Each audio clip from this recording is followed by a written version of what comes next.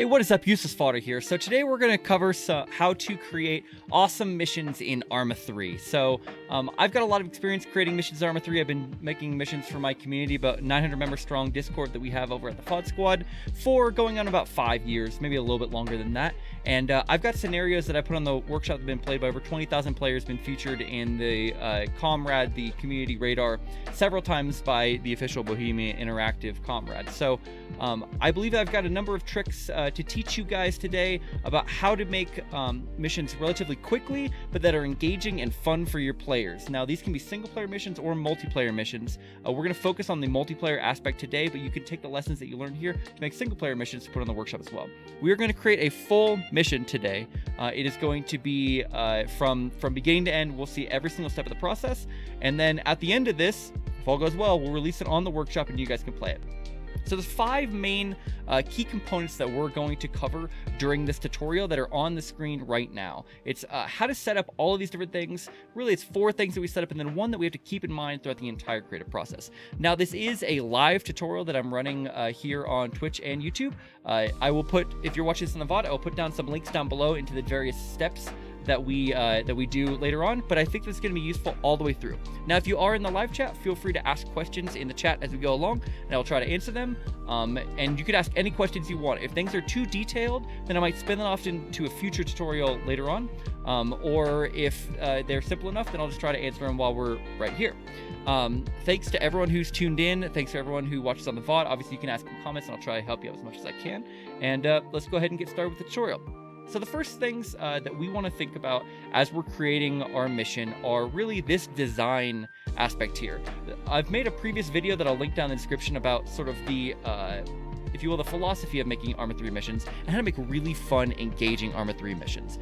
And the 3 things that you really need to worry about when creating Arma 3 missions is pacing, meaning that there is enough action to keep your players occupied and having fun, but not so much action that it cheapens the experience or ruins the experience for your players. You want to make sure that they're having intensive moments and then moments to breathe, and intensive moments and moments to breathe, but all the while not being too slow or too fast and allowing the mission to take as long as you expect. I recommend missions run anywhere from, depending on the size of your player base, 1 to 2 hours, but some people do missions that are 4, 5, 6 hours or even longer. That's up to you, but I want you to think about how you're going to engage players often enough within that time frame without making them just jam-packed the whole time. Otherwise, if they don't have a moment to breathe, then it's not going to really work out. Secondly, players want to be surprised, and that surprise doesn't have to be cheap, it doesn't have to be super complicated, but players generally want there to be something that they don't expect coming into the operation. And when you can surprise them with something in a way that feels natural or feels realistic, or at least feels like it fits the perspective of what you're trying to do in it, then it really can really engage them in a deeper way than if they just knew everything's going to happen. So normally they'll come in the form of, oh, hey players, we're going to go do X, Y, or Z, and when you get on the objective, something happens they don't expect, or there's a twist in it. We'll do that. We'll show that while we make the mission today, but just something to keep in mind as you're designing the basics of your mission. And then lastly, fun. The most important thing, the only reason why anyone here is to play is so that we can have fun. So if you wanna beat your players down, that is a style of gameplay you can do, but most players are in it to have a good time. And so anytime you can focus on the fun factor of it, anytime you can feed into the rule of cool, then I want you to do that in your operation. So even if that means it might be a little bit easier, or even if that means that there might be a couple gimmies along the way of, oh, well, that objective looks like it might be too hard, so I'm going to tone it down a little bit, something like that. Make sure you focus the fun first, and everything else will flow out from there. So as we go and set up our mission, we're going to do it in this order. We're going to set up with the starting area first. You can do that first or last, depending upon how you like to do it. I've done it both ways. The reason why I like to do it first now is because I used to do it last, and oftentimes I would wait until I was struggling and I was trying to quickly get a mission out right before the op was supposed to start, and I would forget something basic like how respawns are set up or putting an arsenal down or something like that. So we'll do that first. We'll set down all the respawns, we'll set down the arsenals, we'll set down any of the playable characters, and then we'll set down any transportation, vehicles, anything else that the players need to support them. Next up, we're gonna set down the enemies, and we're gonna choose an area where the enemies are gonna be at, and then we're gonna make sure we place down a mixture of static enemies, so enemies that are inside buildings that players have to clear out, guards that will guard specific locations that are important for the operation, patrols that are a little more dynamic, and so make the players not know where something's gonna come from, and even add to replayability. And then after that, appropriate vehicles, which is gonna be very important because oftentimes your players will not have the ability to deal very much with, say, heavily armored counterattacks, and so you need to make sure that you're prepared to do that, or have prepared your players correctly so that they can actually put fire on those vehicles and actually support themselves against what you give them. Because if you throw air at them and you didn't tell them they need to bring AAA, then suddenly you got a problem. If they don't have stingers, suddenly they can't do anything about it. If you bring a bunch of T-72s over a ridgeline on them, that's not going to work out very well if they only brought 1 AT. So something that you just got to keep in mind while you're doing it is putting appropriate vehicles that your players will face. Lastly, reinforcements. Now, not every operation is going to need reinforcements. Reinforcements can be a fun way to add that surprise element in that the players attack and then more enemies come from places they don't expect. It could just be down the road, a technical driving up with a gun, or it could be, enemies that are coming in on a helicopter, or whatever your scenario builds. Reinforcements add an element of surprise, but you can always sort of help that as well if you say to the players, oh, watch out, there are enemies that are in a nearby town, or they have been known to have 10-minute reaction time on something like this. That gives your players something that they can plan around. Next up, we're going to talk about the mission flow. That's going to be your briefing elements, setting objectives down that they can see on the map, and then the most important thing, an end mission trigger. If you want to put something on the workshop, you have to make sure it has an end mission trigger no matter what. There has to be some way for the mission to end. I found out the hard way that players don't always understand that if they go and do a mission and come back to base, like in a lot of missions that I run, I hop into Zeus and I put end mission so we have time to chat or whatever. Players on the workshop don't want that. They want that once they finish that last objective, that they get a good job, and then the mission ends. And then lastly, we're going to set up the settings. That's going to be how to do respawns, how to turn different AI settings on and off. That's going to be important for various aspects of our operation. What environment we want to be in, whether you want it to be day, night, foggy, rainy, anything like that. Sometimes you'll do that in the beginning, but you want to make sure that you touch that at the end. Setting dynamic simulation, and then of course making sure that everything is set up correctly on your alignment. So that's the basics there, and just a couple minutes of everything that we're going to run through in this tutorial to get through a full complete mission.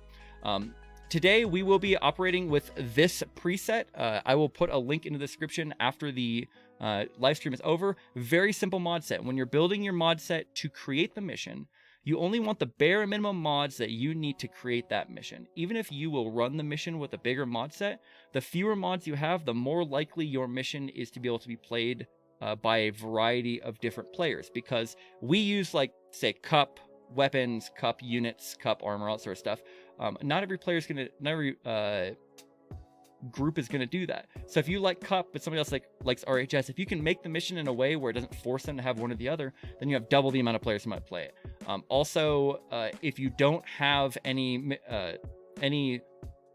of your mods loaded in your preset when you are creating the mission, then you won't create weird dependencies you don't expect. One of the ones that happens a lot is TFAR. If you're running TFAR and other players don't want to run TFAR, even if you don't put anything down for TFAR, somehow you can create a dependency you don't want. So we're going to go with a very basic mod set today. It's going to be CBA 3. That's a basic mod everyone has to have. We're going to use ACE because I'm going to show you how to make ACE arsenals. You don't necessarily have to run ACE. If your group doesn't like ACE, that's fine. These aliens and MPG alien ground forces, I'll talk about why that's in there in a moment. And then we're going to have 3D enhanced on. If you're going to create missions for players, I highly recommend you use 3D enhanced. It is probably one of the best mods that's been created. It makes your life so much easier doing this. If you've been making operations without 3D enhanced, you're really shooting yourself in the foot. You really want to run it. So we're going to be running with just this mod list, and we're going to create a basic mission around that. So when I talk about why we have aliens and alien ground forces, I put it to my community. I asked what they wanted to play today, where they wanted to play. So what map do you want to use? What mission should the objective be? and who should the enemies be. And my community decided that aliens was the one that they want to see the most. Shrek almost won, which thank goodness that didn't, because I don't know how we could have done that. But aliens is what they decided. So today we're going to make an operation that has aliens as the main bad guy, but we'll have rebels sort of hiding them so we can see how that kind of operates. So here we are getting into the tutorial. That was all prep to talk about how we're actually going to make stuff. So I'm going to set this off to the side, and we are going to go ahead and hop into Arma 3. So here we are on the main screen for Arma 3. We're going to go ahead and go into the editor, and we're going to start a mission on Livonia, because that is what my community decided that they wanted to play on. Thanks for letting me know. Let me know about the music. Sorry if it was too loud in the beginning of the video, but Paulie was nice and let me know. Let me know about how the rest of the sound levels are, if I'm too loud, not loud enough, anything like that. So once we load in there, first thing we have to do is select an area where we want our team to start. So in normal Arma 3 operations, usually you play some sort of military members. So normally you would look for a military base. And those usually are around airfields, are usually a good thing to look for if you want. And so you could do something like on this airfield here, you know, and set up like a little sub base over here if you want. Another place that often is good for military bases is any place that looks relatively industrial. You can put like this thing over here. You can just put some fences around it. You can make it look like a little military base. So I probably should have checked it. I looked at everything else first, but let's decide this little area here is going to be our military base way down here across from Topolin here in Livonia. I'll admit that I have not played as much of the Arma 3 main game as most people, and so if I seem like I say something dumb about, like, say, Livonia or the you know, the areas that are important for the storyline, I'm sorry. That's just how it is. So we're going to use this right here as our main base, and just to make sure that we remember that, we're going to go ahead and grab a flag, like the drawn ones. Grab a flag, we're going to put it here, and we always make it either black or blue. We'll set this one as blue. And we'll put main base. Cool. Excellent. So going along with what we talked before, setting up our starting area, we're going to put some respawns down. So the first respawn we're going to put, go here into modules and search respawn. We're going to use the basic respawn modules here. You can do this not using respawn modules. You can use markers if you want, things like that. I'll show you why I like to use the module. Hint, the modules tend to be multiplayer compliant, and that is a huge benefit. So we're going to go ahead and set a respawn here. And on the respawn, the name, we're going to put main base. The type is going to be infantry. Side we'll put for blue 4, because all of our players are playing on blue 4. Oh, Twitch still isn't letting me. Oh, that's weird. Okay, so I just got told that Twitch, once again, is not letting me stream to it. That's super fun. Thanks, Twitch. Really helped me out there. I think I know why that is, but I can't fix it today, unfortunately. How really frustrating. Oh well. So sorry about that. Well, aside, so we set side blue 4, because players are gonna be a blue 4, show to everyone, and notification enabled. Those are pretty basic settings. So now when a player respawns, they will be able to see that there's a respawn here at the main base. They can select it. We also want to make sure that we set down our arsenal. So I'm going to show you how to do that really fast. Go here to assets here in the top right. Go to props. I like to search FIA. If you search FIA, there's FIA ammo cache and equipment cache and supply box. These are the things that most players will see and immediately think that there is some sort of arsenal. They look like this. Both of these work really well. The equipment cache is a little bit, the weapons cache. One of them is a little bit different looking, but they basically look like that. Players know what to look for. So to set up your arsenals, there's two different kinds of arsenals that you're going to use. Of course, arsenals are how most players will want to get loaded out. It's optional. You don't have to give them arsenals, but if you don't give them arsenals, make sure that they have everything they need for the mission. Our community likes arsenals, so we always make sure that we give them. There are two kinds of arsenals. There is the virtual arsenal from Bohemian Interactive, so you can think of it like the vanilla arsenal, and the other one is the Ace arsenal. So I'm going to show you how to do both of those. First off, I'm going to show you how to do vanilla arsenal. It's relatively simple. Make sure to go into your box. Sorry if there's like selecting weird, I'm going off screen. Double click on your box in the init field here. We're going to copy and paste in this particular command. Ammo box init, this true call BIS FNC arsenal. So I'm going to put that down below, or you can just search virtual arsenal Arma 3 and you'll be able to find this exact thing. So when I put that in there, if I then place down a man's here, will be Ivan real fast, and we'll go play here. If we hop in there, then you'll be able to see they'll be able to go, and when we highlight this, select it, we'll have an arsenal, and this will work on multiplayer. It's multiplayer compliant, so everyone will be able to see that arsenal, and that's good. You notice there's no arsenal on this one. Same thing. Now, if you want to do this through a script and you want to use that same command, you can. But what you have to do is, instead of saying this, you have to put what the actual name of the box that you're using is. So if we name this one like ammo box 1, you have to put ammo box 1 in there if you wanted to. So we're going to go ahead and copy and paste that into this other box as well, because we're going to move it here in a second.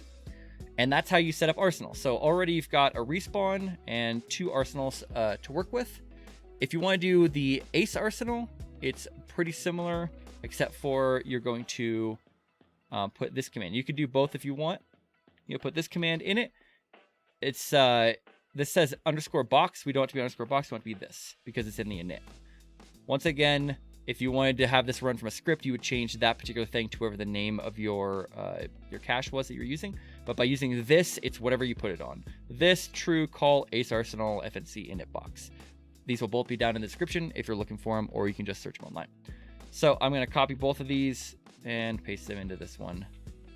And now when we hop in single player, we should be able to see both of these arsenals work. So there's the basic arsenal, vanilla arsenal, and if we hold Windows key and highlight, this one's a little weird because it's above it, gotta get close, head to the ace arsenal. Ace arsenal is a little bit better for a variety of reasons. You can sort by mod, which is a huge benefit when you're messing with running stuff in here. Sort by rate of fire. You can change the magazine that you have in your, this is a bad example, change the magazine you have in your weapon. You can add other stuff onto it that you wouldn't normally be able to change if you were using just the regular arsenal. Thiago, I am using 3 and enhanced, I promise you. I absolutely am. You'll see in a second that I am using 3 and enhanced. That is on the mod list. So don't worry. So, excellent. So we have now 2 arsenals, a respawn. It's going to take a minute. We're going to then set down our player characters, or playable characters. So most units that I've seen have a sign-up sheet, and I'll show you an example of our sign-up sheet if I can find it real fast. I should have had this ready. Sorry for some of the things I haven't had ready. I had to take care of my kiddos right before this. We'll go this on this Halo operation we just ran.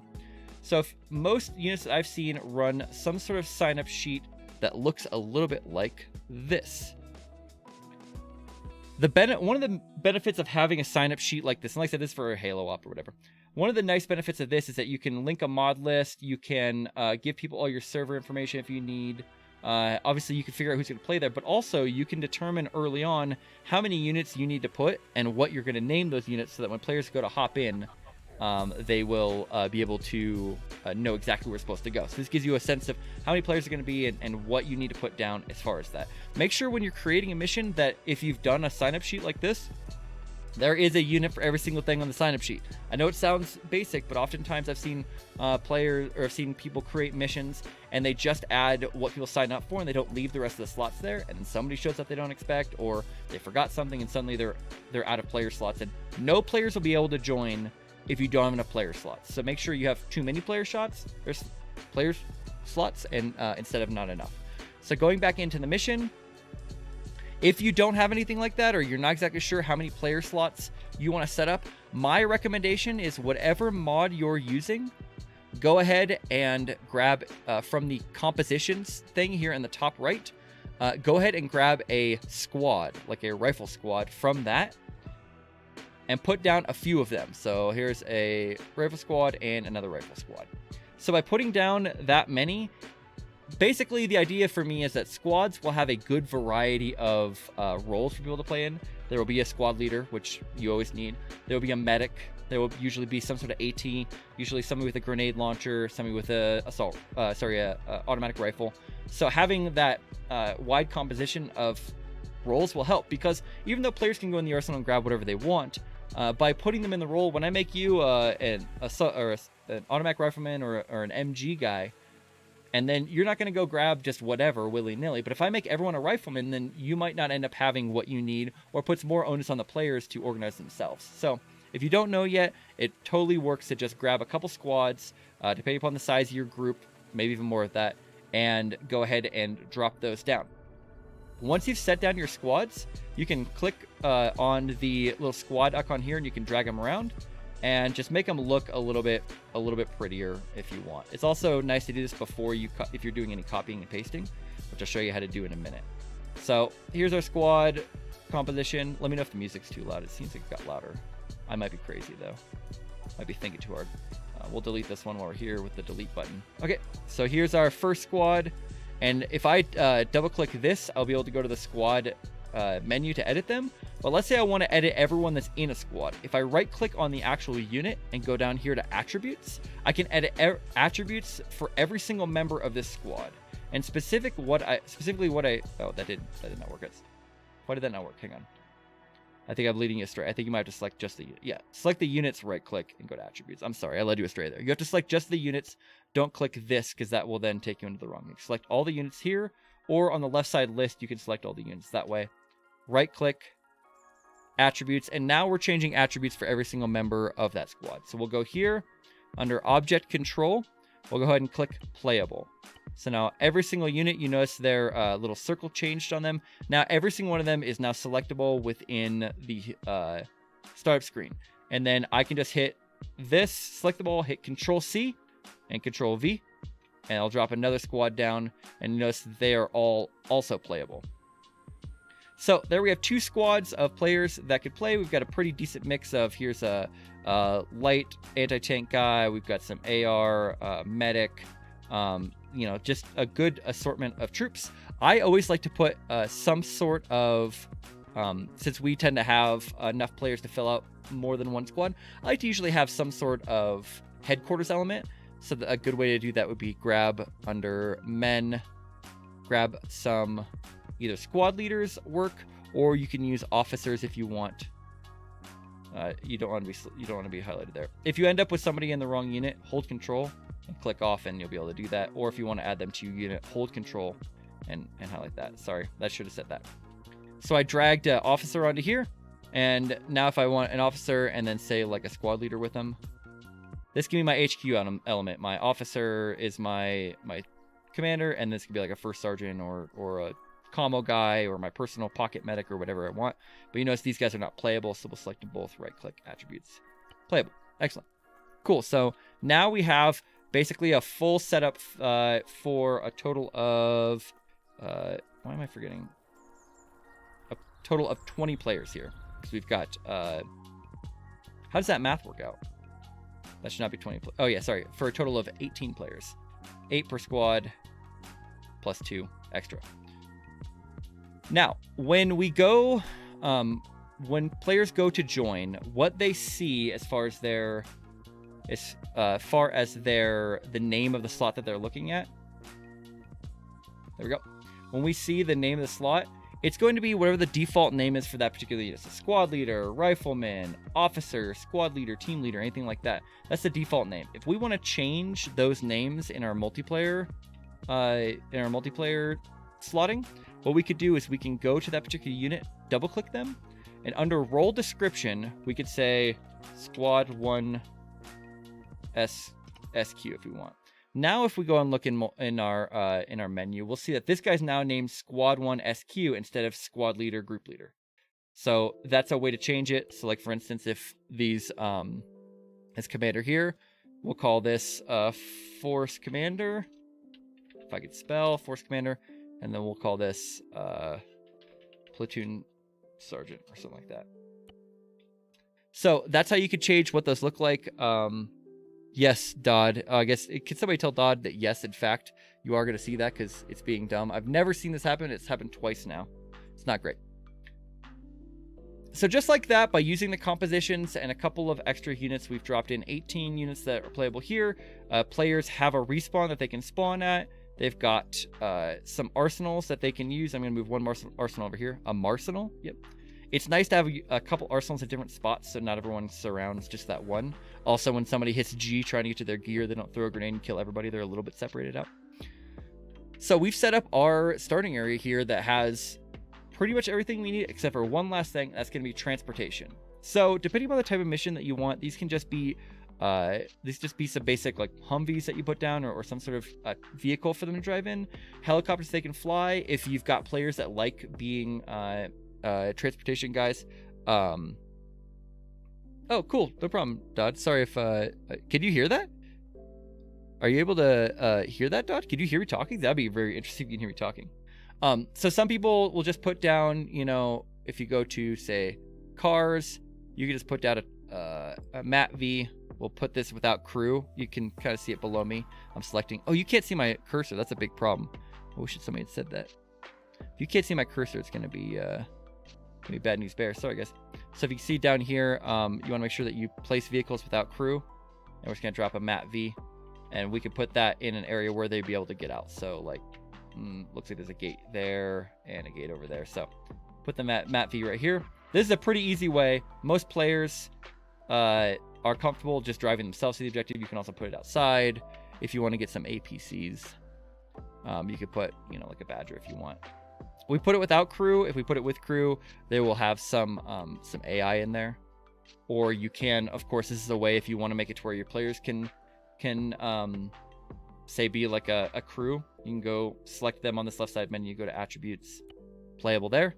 So there we go. Now you've got another option when you go to play of, do you want to be a driver, gunner, or commander for the Badger? So that's another option, I guess, if you want there. But we're going to go ahead and delete the crew out. I like to start everyone on the ground. Even, let's say that I did want to have a crew, I would actually grab them, all three of them, and I would actually drag them out of it and then separate them a little bit. I would even start them on the ground here, because if you start them in a vehicle, you always run into weird stuff where the driver accidentally drives over half the group or runs into something, gets armored, whatever. Start them on the ground. They'll know what they're supposed to do when they hop into their role, and they can still get loaded out before they ever hop into the vehicle. So let's go like that. We've got this squad for driving our APC, this squad for that. Now, in my group, we mostly like to move via helicopter because it's fast and easy. So if you don't have a dedicated pilot, I'm going to show you how to do this even without a dedicated pilot using some of the in-game modules. If you have a dedicated pilot, it's way easier. Obviously, just put down a helicopter on a helipad, and you're good to go. Now, one issue with helicopters, I'll say that we've run into, is if you don't give the ability to rearm or refuel their helicopter, or really any of the vehicles, then you're going to have a hard time. So I always like to put, let's see, where are we going to put our helipad? We're going to put it right here. We're just going to take down some of these walls here in a second. I'm going to put it right here. So I like to put a Hemmet for fuel. Sorry, without crew. Hemmet for fuel.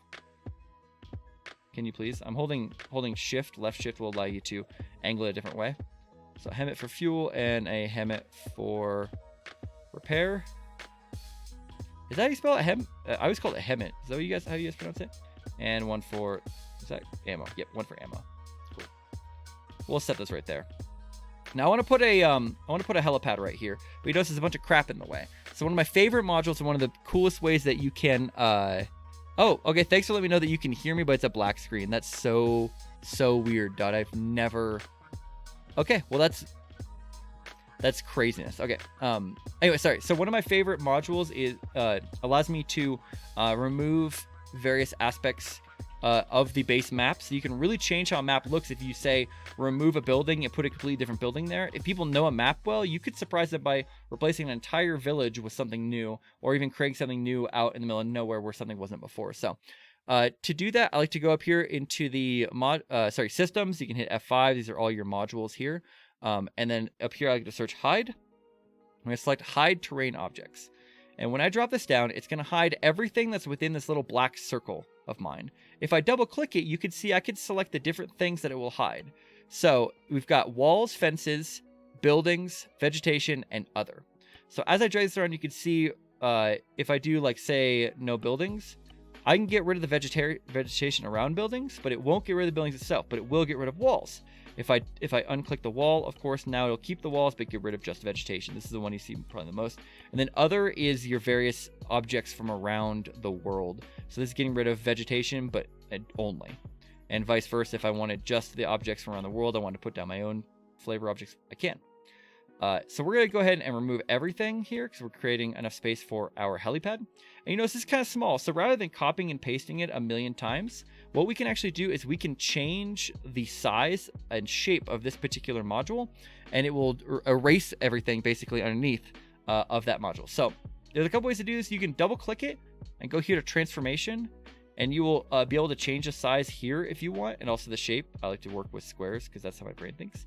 But rather than doing that, what I like to do instead is I like to hit the spacebar while it's selected. And when I hit spacebar, I get an option now. I'm now in the move options. Right now, I'm just moving it around. I can move it on just X, Y, or Z axis if I want. Or if I hit spacebar again, I can now rotate it.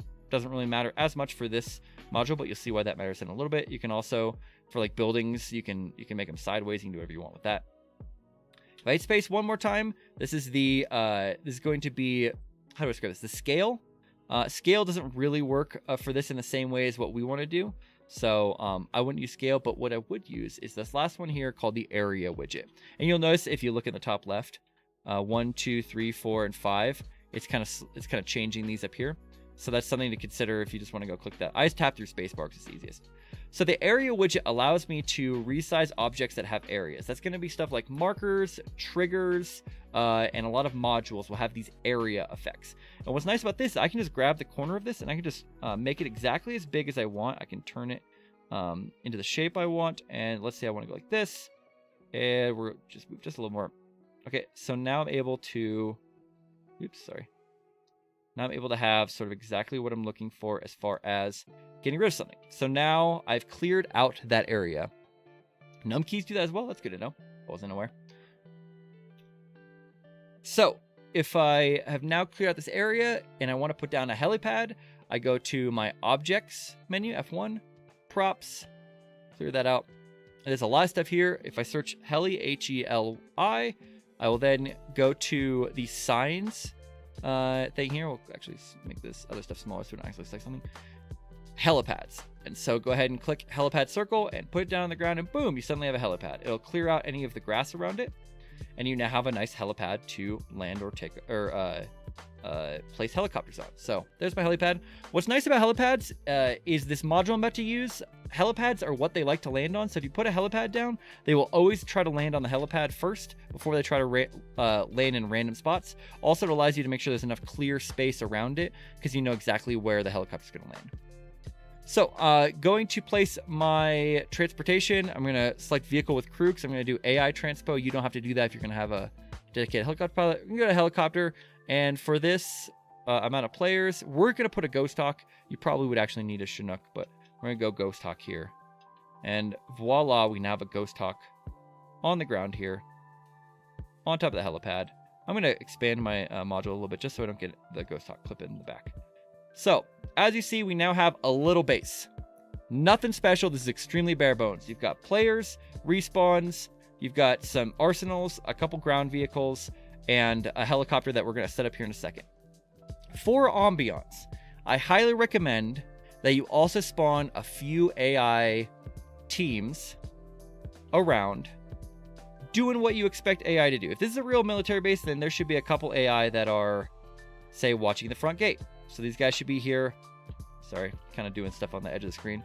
These guys should be here to watch the front gate, and you leave them there, and they'll just stand there and they'll watch the front gate. You can also have a sentry that's going to do a patrol around here, and I'll show you how to set patrols here in a moment. But we can go ahead and do a patrol around the area. Come on, there we go. So these guys are walking around. Maybe you can have, if you want, you know, if you happen to have any, like a real military base, they usually have like towers, then, you know, you could go in here and you could put down some men, put in some, say, sharpshooters up here. You don't want to be part of that same squad. Put some sharpshooters up in high places. You can put people here. You could set up other ambient sort of stuff if you want a, is it called briefing? That's a desk. What's it called? Board? Is it board? Is that what it's called? Yeah. You set up like a whiteboard here. if you want. So it's like a briefing area with a desk, you know, you're gonna map Altus, whatever. You could set up all your sort of stuff.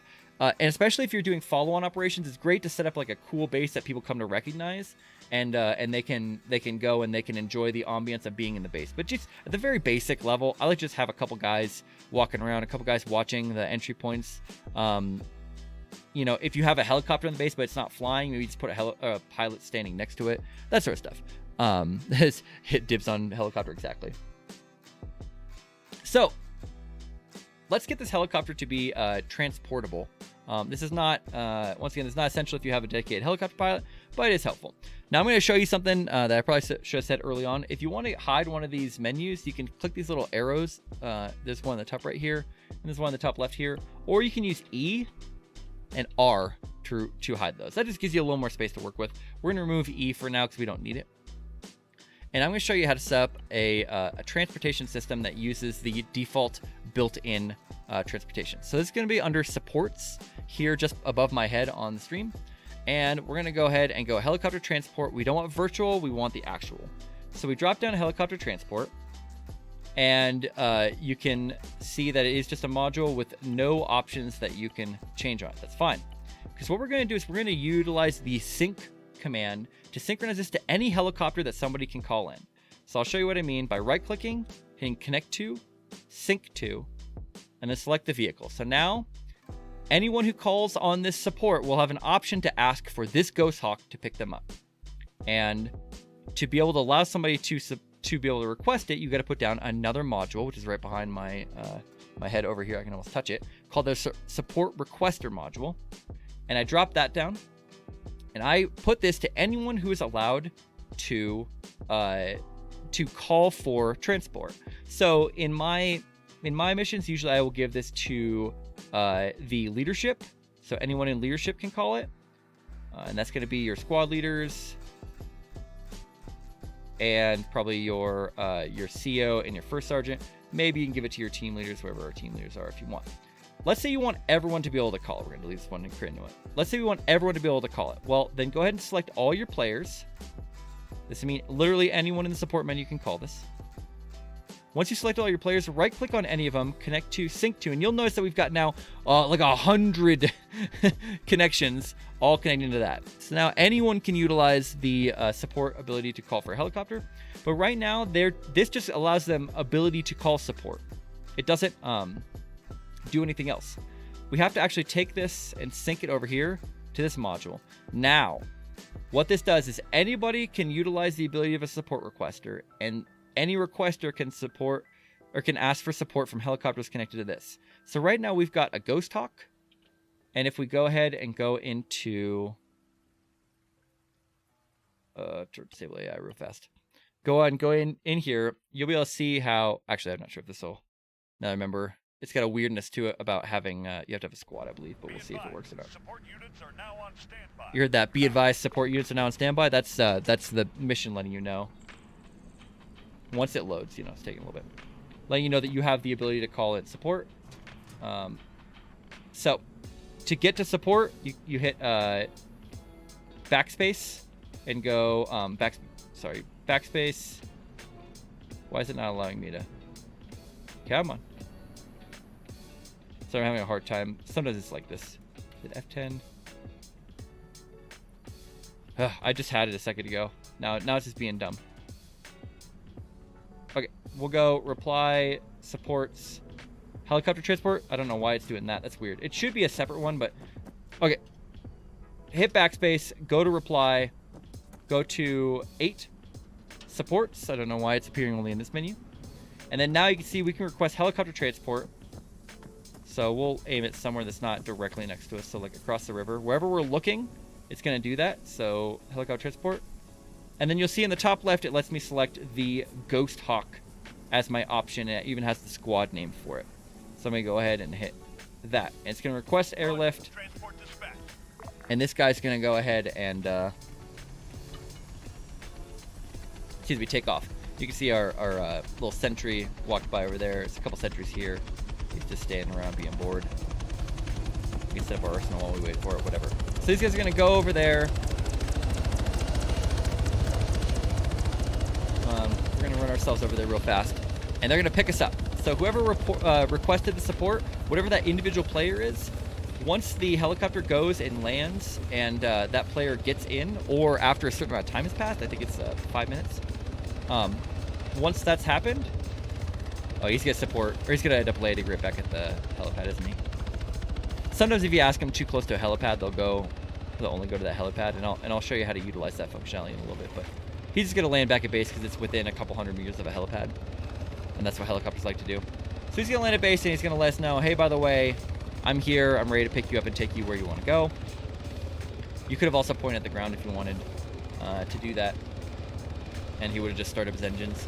So once the player that requested him gets into the helicopter, he's then going to ask you, where do you want to go? And I'll show you how to utilize that to infill, exfil, or move between objectives if you want. So he's sitting here, he's waiting for me. Go ahead and get in. And I say, okay, everyone in? Where to? So you see I have a scroll wheel option right now. It says unload position. If I utilize that scroll wheel option right now, he's going to think that I'm pointing at a spot on the ground. What I want to do is I want to hit M, and I want to go find where I want him to take me. So let's say that we want him to go to, I don't know, Brenna. Okay, so I clicked that spot, and because I left clicked, now he's going to take me there. This is a really easy, there goes their little sentries. We can make them walk here in a moment. This is a really easy way to set up your ability for your players to infill or exfil or do whatever it is that they need to do. And also, while they're out in the field, they can call for a helicopter to take them back to base or do something like that. There's also the ability to drop in a supply crate.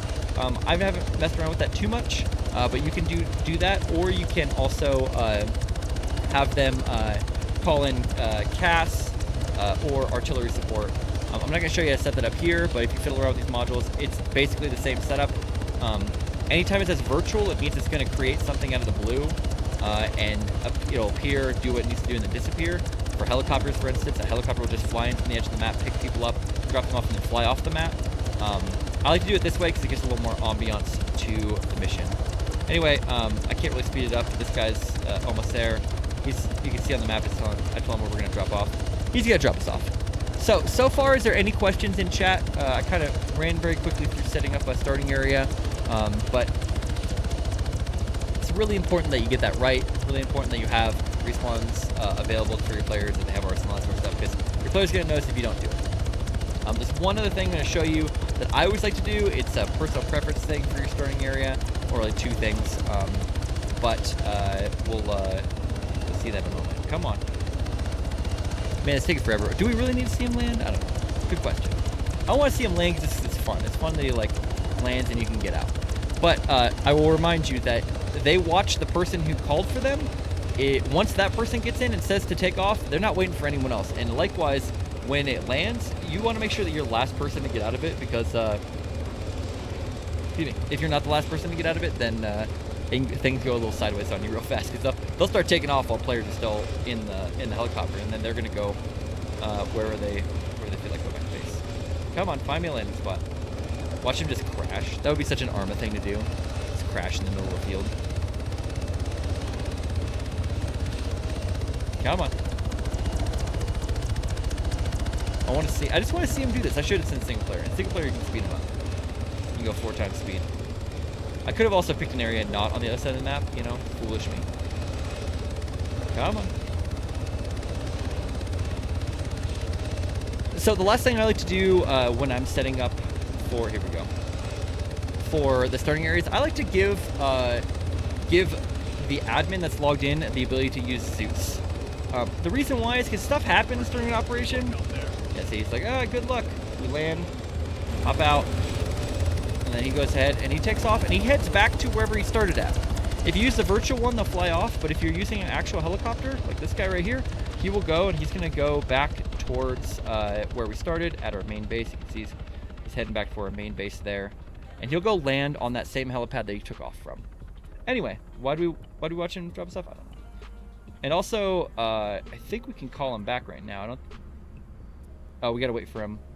No, we don't. Roger. Transport dispatch. Yeah, he'll. Oops, that's not what I wanted. He'll come back here in a second. Where is he? There we go. Yeah. So if you call him, he'll come back mid-flight, I guess, and pick you up safe thing. Anyway, so we're gonna get out of here. We'll do the rest in single player as well, because that makes it a little faster. So like I said, I like to add Zeus for whoever is your admin to be able to do that. You could set it for individual player, but I like to set it for admin because if you set it for individual player, it kind of ties your hands when you're in game. To do that, we're gonna go here. It's gonna kind of be behind me. I'm sorry. I think I can hide my. Yep, here I'm gonna hide the camera for a second. So to add Zeus, it's pretty basic. You select this Game Master one here, drop that down, double click it. Owner, you can see it gives you some options here. If you sync it to a if you put a unit name in here, like let's say I set the variable name for my force commander as like player CO. If I then go here and put player CO in name, then that player will be able to go be able to be the only one who can Zeus. And like it says there, it could be a player's variable name, a UID, or what I like to do is that one in there, it says hashtag admin logged or admin voted. So hashtag admin, one word, logged. And when I do that, that means that if I'm logged in as admin on my server, or anyone who's logged as admin will be able to utilize this Zeus module. For default add-ons, make sure it's all add-ons. That's important. If you do just all official add-ons, then any of your extra mods that you utilize will not be able to be will not work in there. I'm gonna turn this back on. And then don't worry about force interface or name. Don't worry about any of that. So when I do that now, going back to playing. Oh, I don't want to play multiplayer. Come on. So now when I go in, I will have the option of utilizing Zeus. And this has saved my butt so many times when I make operations. Usually you make ops, you're getting kind of a hurry, you might forget something. So, oh man, I actually forgot to, oh yeah, I'll show you it. Sorry, there's one other aspect that I forgot to do. I forgot to fuel up the helicopter. Okay, well, good thing I do that. Or, oh man, I forgot to put down something vitally important. Then I need to put that down or whatever. So that helps you out a lot. The other aspect, since I'm so used to having Zeus enhanced, if you do put down a Game Master module, there's two ways that you can make all your objects in the world editable. If you're using 3D enhanced, it's way easier to do it this way. You go Attributes, General, and go to Editable Objects Zeus here in the center. Basically, that means that every single object when you start the map, and then every 60 seconds, it will check for every object on there. It will add it to the Zeus interface. If you have 3D enhanced, that will be your lifesaver there. Let's say you don't have 3D enhanced, or for whatever reason you don't want to do that. You can also go to add editable objects here again behind my head. Drop that there. This one you have to sync to your Zeus module, and then you have to sync everything else. So you can Control A and sync all of these things also to it. So now when I play in single player, all of those should come up as editable objects. Otherwise, if you're not using like a Zeus enhanced, sorry, it's gonna be mad because I did the wrong thing. If you're not using Zeus enhanced, if you have no Zeus modules whatsoever, when you go into Zeus, it won't actually have anything. And I screwed up because you, sorry, you don't actually sync your Zeus module to it. There we go. Otherwise, yeah, like Zeus enhanced, you just right click and add editable objects and you can add everything. But if you're not using any of that, go into, oh wow, now it wants to be silly. If you're in Zeus, since we're here, we'll already talk about this. If you're in Zeus, you can type add, update editable objects by searching edit. Click that, put 1,000 or 10,000, and now I can edit everything as well. And this is useful for like, if they run out of fuel, then you can just give them more fuel, or if they're busted, or if you want to rearm somebody, or if somebody gets armored and you want to heal them, then you can use the heal command, full heal command on them, whatever. So that is the basics of setting up your respawn, setting up your main base. Now the players have everything they need to start the mission, and when you do a mission that's going to take like an hour just getting out of there. So getting to the next step, we're going to place down our enemies. So, as I talked about when we first started this video, my players decided they wanted our enemies to be aliens. I'm going to add rebels and aliens. So, the kind of storyline I'm thinking is that they wanted a hostage mission. So, there's hostages that have been taken by the rebels, and the players are going to go try to free those hostages. So they're going to go fight at a rebel base, and they're going to find the hostages are not there, but there's intel the hostages are somewhere else. When they get to that other spot, they'll encounter rebels initially, and then they're going to find a bunch of aliens fighting them. It's a little silly. It's kind of fun. Your players are usually pretty keen on watching whatever mods you load, so they probably would have picked up on this one if, you know, if you didn't know. You know, if they're probably not gonna be surprised. But anyway, I had already pre-selected prior to this running this the 2 areas. Excuse me. The final area they're gonna fight in is actually not too far from their main base. It's going to be oh, this was not the one. Hang on. I'm gonna forget now. I'm gonna forget everything that I pre-selected some cool spots, and then I got all talking here. So this one would work. Where is it? This one's too big if I recall. Yeah, this one's too big. Man, whatever. We're gonna go with this one. This will be our second spot. This one's kind of lame, actually. I don't like this. Suddenly, I don't like it. We go to this one. No, not a big fan. Too close to this village. I don't like doing stuff in the middle of towns unless you're okay adding in a bunch of AI. Oh, is it this one right here? This is the one I want. Okay, this is a cool like radar base up here. So this is perfect. So I'm gonna put down a marker for myself, and this is going to be a drawn marker. I'm gonna put make it red and call it rebel base. Cool. So we'll put that there, and then but that's the second area they're gonna go to. That's the more exciting one later on. The first one they're going to do is they're going to go to where is the other one? Was it outside of this one? No. Well, now I'm feeling really embarrassed because I totally had this ready to go. I should have done it beforehand. Yeah, okay. We're going to go to, I believe it's this area of this mill. So we're going to put another one down and say, we'll call this, actually we'll delete that and put down a objective marker, and we'll call this hostages. Cool. So players are gonna go here to try to rescue the hostages. They're gonna infill via helicopter, and they're gonna fight a bunch of rebels here. They're gonna bust in. They're gonna find something that indicates to them that the guys are actually in a different area. If that sounds complicated, it's really not that bad. Well, I'll show you how to do it. But first thing we're gonna do is we're gonna put down enemies. So like I said, there's sort of there's several types of enemies, but the main enemies that you want to focus on are static or guarding enemies and patrolling enemies. So once again, to make your life easy, I like to go ahead and grab the presets for whatever mods I use. So for instance, since our enemies will probably be they're going to be here LDF. Is it LDF I wanted? No, it's not LDF. It's we'll use looters. Looters is fine. So if we use looters here, then we've got like a criminal gang and a looter gang, which is like a smaller version. Most of your actual militaries will have like full like special forces teams, and they're gonna have assault squads and all sorts of other stuff. I guess FIA is probably a better option for this. You always FIA. You have more options or whatever, but I like to just start with a baseline. If I'm using a pre-made faction, which is usually the easiest way.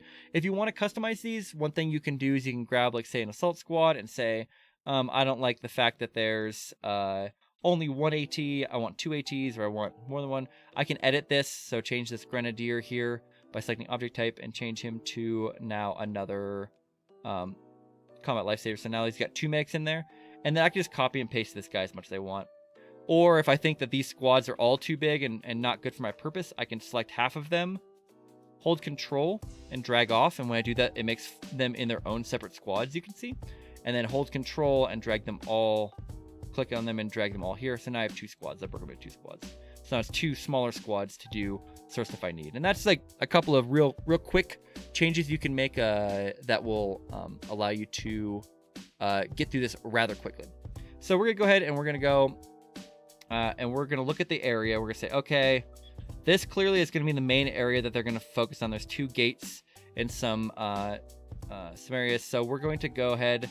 We're gonna want to have guards in the front, some guards in the back. We'll probably just put 2 per per gate, and then a couple of guys in like some towers. We're gonna want guys on top of the building, at least 1 or 2 patrols around it, and then some guys that are sort of milling about, and then of course guys in the building.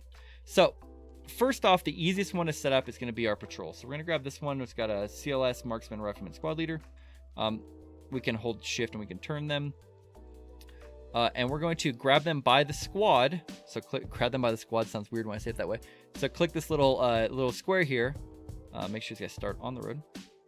And there's 2 ways to run patrols. If you're using 3 and enhanced, is a really simple way. If you double click the squad and go down here where it says patrol, if I put this at 50, that's going to mean it's going to patrol between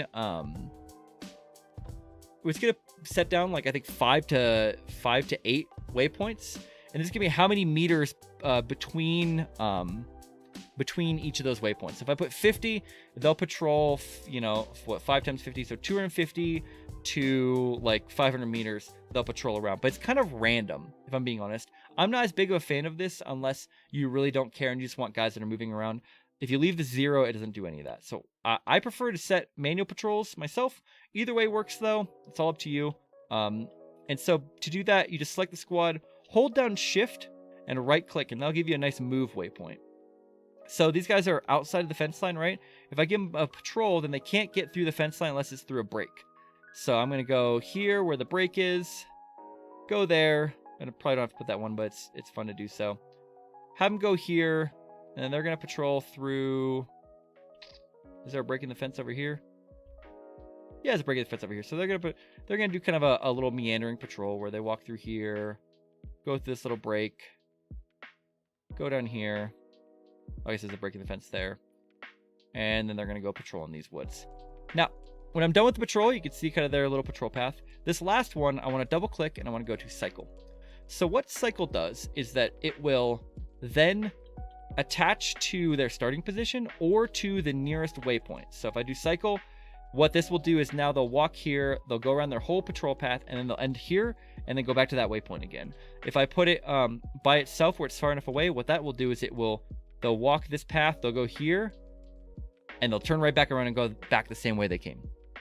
I like to just put it like this so they go back to their starting spot. And now you have a pretty basic patrol. So there's a patrol of 4 guys that walks around. For bigger bases, you're going to want more patrols. You want to break out into different kinds of patrols. I like to have one patrol going, like, say, clockwise and one going counterclockwise. Maybe grab a couple of guys, copy, paste them as a separate squad. And these guys are just patrolling back and forth here. That's another way you can do that, to where they just walk kind of back and forth.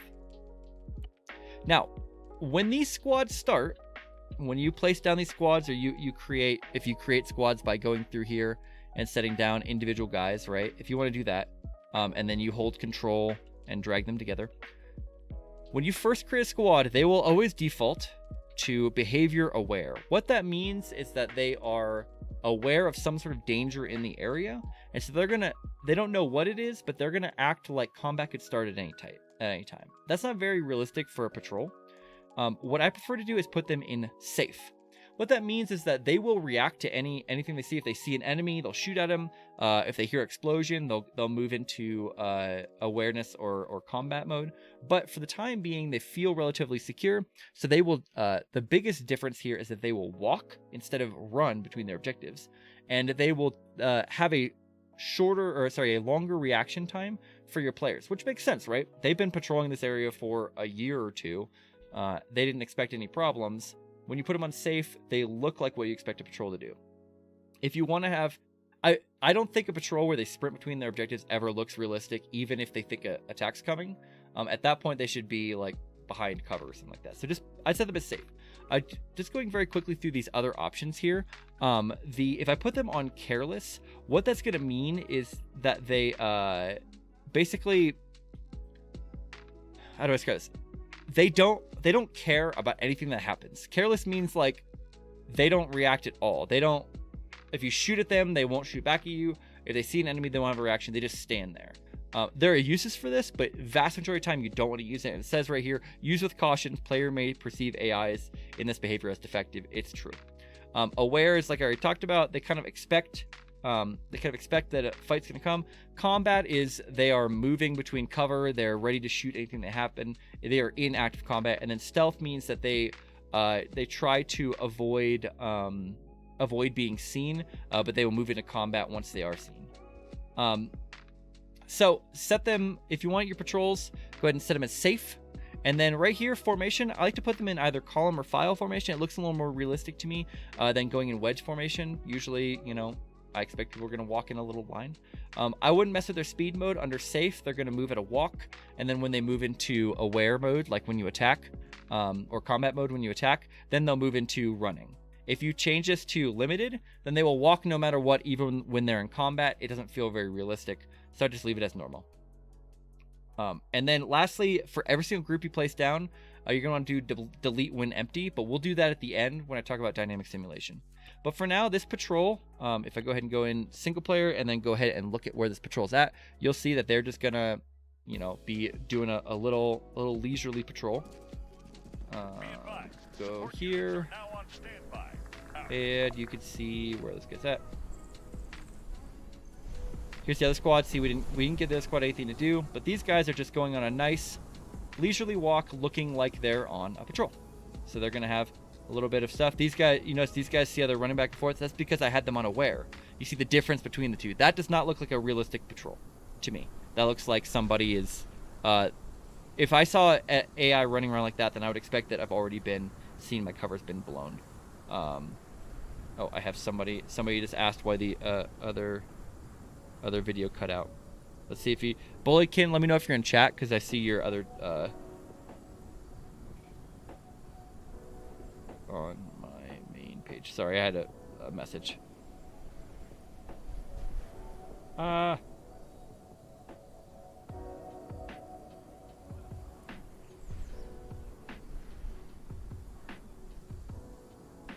Oh, I did that wrong. That's not how you spell UselessFodder. Cool. Excellent. Cool. So that's what it normally looks like. Where's our other one? Yeah, see, they're moving through. This feels real, right? I mean, they have guys that are they're gonna have a little leisurely stroll. They're gonna be checking out the fence line, make sure nothing untoward is happening.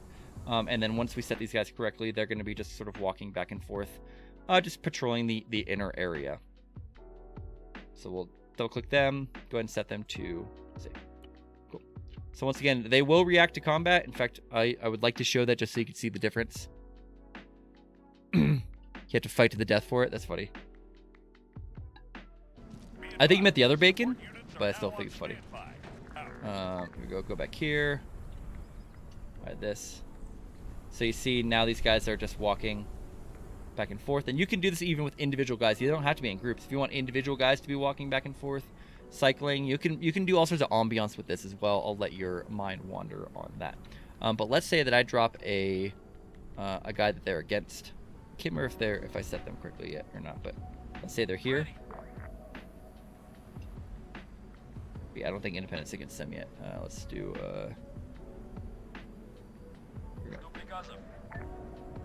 so now they will shift into combat mode and they'll fight him, and all's good. And then they stay in aware mode. They don't go back to careless or safe, I think, ever.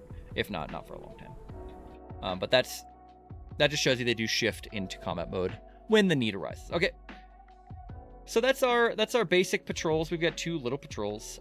Obviously, if all of our squads, if we have like 20 players in the game filled out, then that's going to be not enough enemies for them.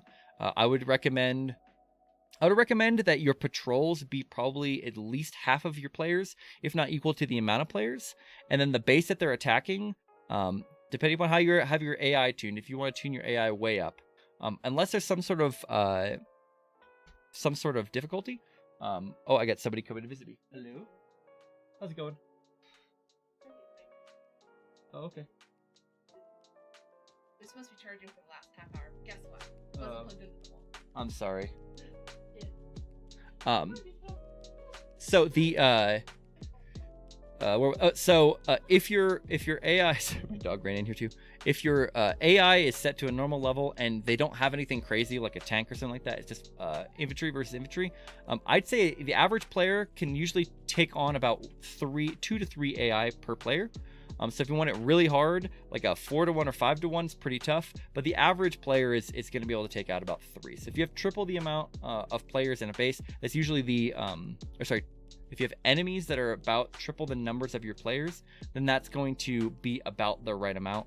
Obviously different groups will differ, but that's a good rule of thumb, I think, to make it difficult. If you want to make it relatively easy, go less. If you want to make it harder, obviously you can go more. There are ways that your players can do that. If you tell your players more about it, you give your players advantageous positions where they can pick off enemies before they ever go in the area, then they can take on more. But if like the players are limited, they have to go directly in, or you hide most of your AI inside buildings, then suddenly it's gonna be harder. So just something to consider. But we're just gonna do this real basic. First off, we've got this patrol here, we got this minor patrol, and then I'm gonna do another patrol around the outside here in a second. And for that, we're gonna go to the compositions. We're gonna call this an FIA patrol team, right? That makes sense. And patrol team, once again, double clicking this, putting them on safe, and putting them in a column. It is worth mentioning that if you hold, if you hold Control and click each of these guys, you can edit all of these guys at the same time. You can edit their behavior and their formation at the same time. We'll go File for all of them, and that will apply to all of them. You'll notice that thing that I did there. When I was in here, you notice this little button because this is grayed out. That's grayed out because there's differences between the different squads. So if I click this button, it will set this same attribute for every single one. So now they're all file. And if I go back in now, it will stay not grayed out because they're all the same thing. Anything that's not grayed out means that they all match evenly. So a good thing or a good way to do this is set down all your patrols and then go ahead and select them all, set them all to safe, and set them all to file. That's a good way to do it. And these guys will just go ahead and set up a real basic patrol route where they go here. I think there's some breaks down here. Yeah. We'll just put them here and we'll make them figure out how to get in there. We'll see what happens there. Same thing here. And once again, I did one that was kind of clockwise. This is going to be counterclockwise, and they're going to be going real wide. You can click and drag these. I'm holding Shift and right click, by the way, to do this, in case you don't remember from the first time. And then, of course, going back to that cycle waypoint. Cool. So that's how you set up your patrols. Now we've got basically 10 guys patrolling the area. Now let's talk about guards. So there's sort of different ways that you can do guards, and I'm really sorry about that. I'll show you the ways that I like to set them up, and then other ways that you can also set them up. So first off, any guards that are going to be up in, like, say, a tower. So let's grab one of our, we'll grab not the lat, we'll grab this soldier here. Let's say I want to put a soldier up in a tower. First off, remove them from any groups they're in. There's no reason why they need to be in a group, and you're just gonna have, hang on a second.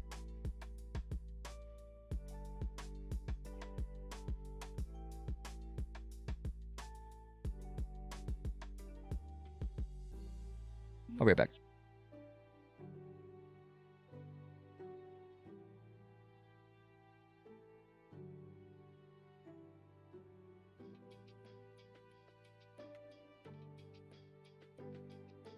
Okay, sorry about that. I'm back. Just had some people pop in. So for the area, sorry, I got some people in the background.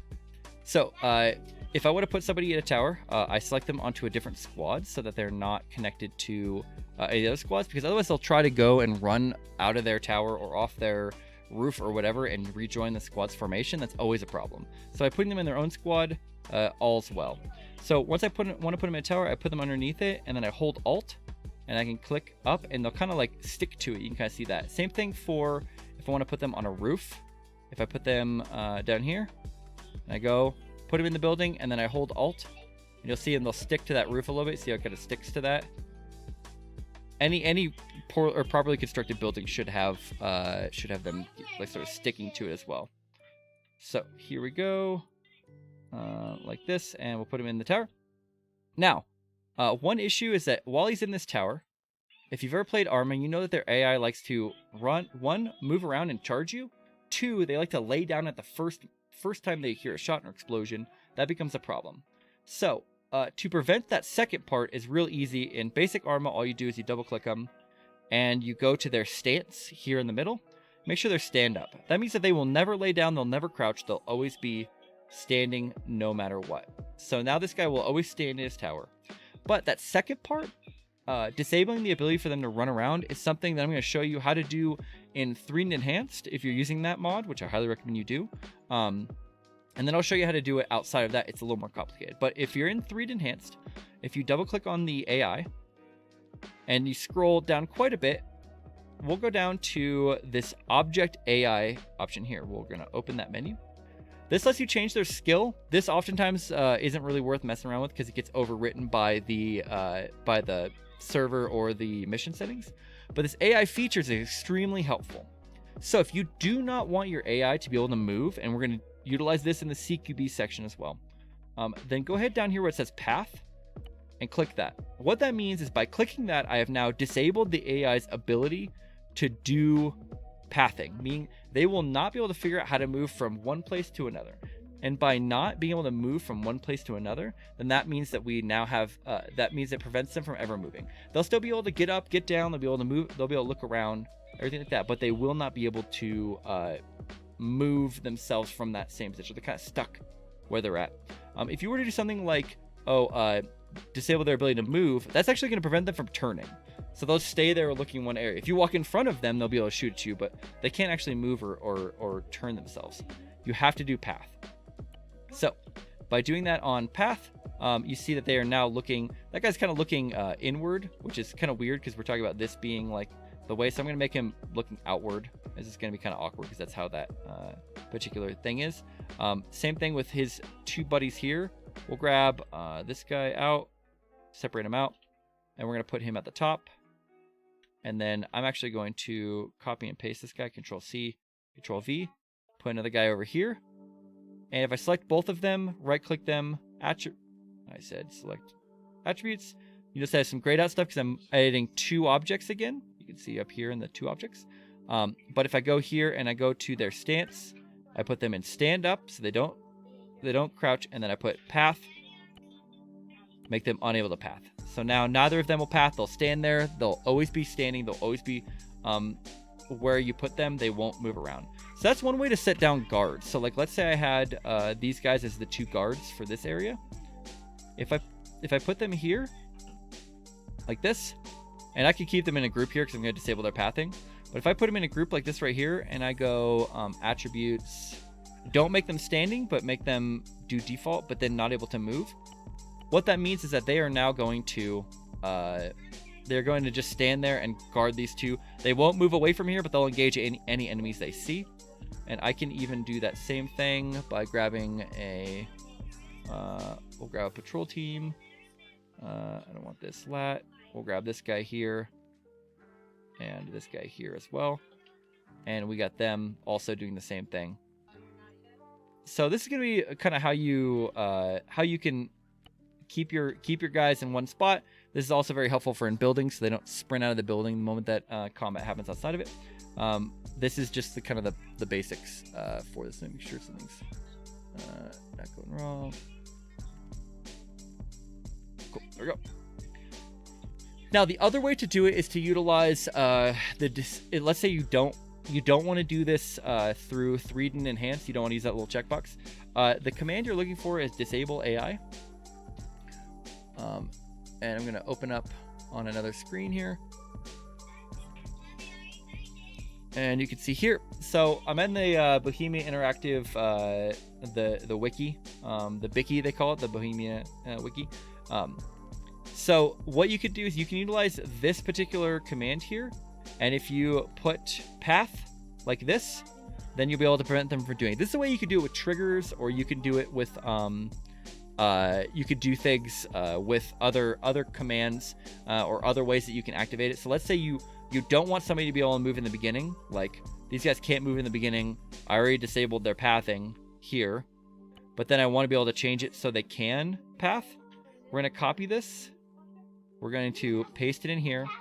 We're going to change this to all caps path. And we're going to change this to this. So that's disabled now. That means that, yeah, Scooby, sorry, Twitch is being weird. Hop over to the YouTube, and you'll be able to see me over there, Scoob. I don't know why Twitch is doing that. So this this disable AI path, when I put that in there, it's going to be the exact same thing as checking this box. Meaning I just disabled this guy's this path AI. I can also re-enable the AI by utilizing this. It's basically the same thing, but except for disable AI, it's enable AI. So it'd be this, enable, path. And so suddenly, if I did that, he'd be able to do it. So if you don't want your AI to be able to move around, move from their initial spot, but you don't want to use 3D enhanced, or for whatever reason you don't want to use this, you can do it this way. And that is disable AI here and enable AI here as well. Okay, so we've got basically our patrol set up. We've got a couple static guards here. Got some guys on the roof. I'm also going to go in here and I'm going to go to my FIA. Sorry, is it FIA, right? Yep. This is FIA. And I'm going to go in here and I'm going to place some guys in the building. Same sort of thing. I'm going to make them not be able to path. So we'll go. If I put an AR rifleman right here, that's kind of mean. But I like to put them sometimes in windows that can overlook an entry point. So like, let's say, is there one? I don't know if this has any good. Yeah, okay. We'll put a guy here. So by double clicking this, go here and make him not able to path. Stand, okay. So now he's gonna be able to use that window to defend. He's not gonna move from that spot, but he's also not gonna lay down. You know, sometimes it's like Arma, they'll shoot at you from the window and then they'll lay down and their gun sticks awkwardly through the wall. He's not gonna do that. He's gonna stand there the whole time. If I want to, I can even bring him back a little bit. He could see this way and that way, but I like to put him kind of like right up in the window. It's more sporting for the players. I'm just gonna place a couple more guys here as well on the ground. So we'll put a rifleman light. We'll put another. We'll put an officer here. Once again, I don't like these guys to be in a group because then it causes weirdness. And then they can enter that room, and obviously they can enter this room upstairs. Cool. So we're gonna go here. We're gonna put just a couple extra guys. We'll put a sharpshooter. Is there a front window? We can put him in the jail cell if we want. That's not really gonna meet our needs. We'll put a sharpshooter. Put a sharpshooter on this roof here. That's fun. And nothing can go in this building. So cool. So we got just a couple guys that make the entry a little more exciting. We'll put an engineer here. Okay. So now we've got all these guys in this building. We can go ahead and select all the guys in this building. Attributes. Go down here. Make them all standing. Make them all not able to path. And we are now good to go. So now in this building, they've got a total of 8 guys. We've got what? I can't remember exactly how many we have outside. We've got like 20 guys outside. So that's a pretty good number of enemies for the guys to fight against. You could put extra guys around if you want, all that sort of stuff. So now we basically have a first objective for our guys to attack, but we don't want them to find the hostage that they're looking for in here. They're going to find a clue to where they need to go. So we're going to go up here. We're going to go on this first. By the way, if you put enemies at the top of stairs, it's kind of mean. So we're going to do that right now because that's the kind of guy we are. Because then the players should be careful coming up there. But we're like this. We're going to go, once again, no pathing. And then we're going to put a desk. I mean, this will probably work. Let's see here. That works just fine. We're going to put a desk here, and we're going to put a laptop open on here. So this will be, so we do a laptop, or we can do, or we could search here. This is all in the objects or the props thing in the top right. Or we can go here and we can do like documents. There's another way you can do it if you want. There's another thing here if you want, where it's like that. And then from here, what we could do is we can double click this. And so this is where having 3D Enhance is super helpful. So for 3D Enhance, it gives you this ability to have a hold action command. So the hold action command is just like you've ever used in Arma, where you can use a scroll wheel on something. And if you hold it for a certain amount of time, it'll then produce an action. So for us, we want to do like sorry, to do that, you go object. Sorry, let me start again. You double click the object, you scroll down, you find this hold action thing here near the bottom, and then nothing will happen with this. It just stays the way it is until you put a name in. So we can retrieve hostage intel from this. Now that I put that on there, it won't do anything, but it will put when I walk up to this, I'll show you. When I walk up to this, it will now put on the screen a little scroll wheel action that I as a player can do. So let me go in here. I'll grab myself as Zeus real fast. Support units are now on standby. Cool. And we'll go over here. I need to fix that Zeus thing.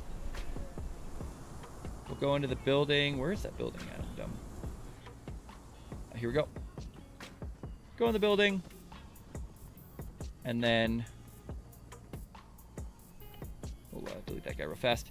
Here's our thing. We will teleport. I use a lot of these commands. Oh, don't mind that. Where am I at now? What's your position? That's concerning. Where to put me? There we go. Cool. Excellent. Cool. Here we are. We go up here, and when you look at this laptop now, it's got this retrieve hostage intel. If I hold it, it defaults to 10 seconds like this. And once I do that, it will then do whatever the command is that it was supposed to do, and it will then remove that option. You can do the same thing for intel objects. You can do it for the enemies, so you can have like an officer enemy that has a hold action, and if you put the hold action on him, then the players can look at him and do something, or look at his body and do something. So for this instance, what we want to do is we want to make it to where the players will come here, they'll fight, they'll find this intel, and you can also put papers is another way to do this. Or paper, is it paper? I said newspaper. There's ways. It must have been a cup object. There's other objects you put down to get intel from that. But we'll put this laptop here, and then we'll make it to where if they utilize this for, we'll put 3 seconds because 10 seconds ends up being a little bit long. That's really funny, Polly. So we put it for 3 seconds. That's how long they have to hold it. The duration is how long they have to hold it down. 10 seconds feels really long unless there's like a reason why you need it to be a long time. I would just put it to anywhere from 2 to 5 seconds. And then don't worry about the rest of this except for right here, the condition show. Let's say you want to make it to where only one player can see it. Then what you want to do is you want to change this condition to this is equal to, and then put the name of it. So player CO, for instance. Only that player then would be able to actually see this particular option. Or if you want to make it to where they can't see it unless a previous thing is done. These are all things you can do here with this condition show, and we'll talk about that here in a minute. Condition progress, don't worry about. That's basically what happens when you're holding down the option or holding down the scroll wheel button. Code start and code progress. If you want something to happen once somebody utilizes this this capability, so like let's say it's like hack into the mainframe or whatever, and you want enemies to attack at that point, then you could do it on code start the moment somebody starts using that command, and then something will kick off. But really what you care about here is code complete. That's when they finish that little circle and the actual command goes, then the scroll wheel option completes, it will then kick off this particular thing. And so what I like to do, and this is kind of bad programming, but it's a really easy way to manage your objectives, is I like to basically then make a global variable exist and put it to true, meaning that that thing has happened, and now I can set triggers that will do stuff for that. So for this, we'll say, we'll call this base clear equals true. Okay, and then holding shift enter, I could put public variable. I'll explain this in a second. Variable base clear. Okay, so basically what this means is it's now creating a variable that says base clear is true. We did clear the base, and this public variable then makes this available anywhere across the rest of the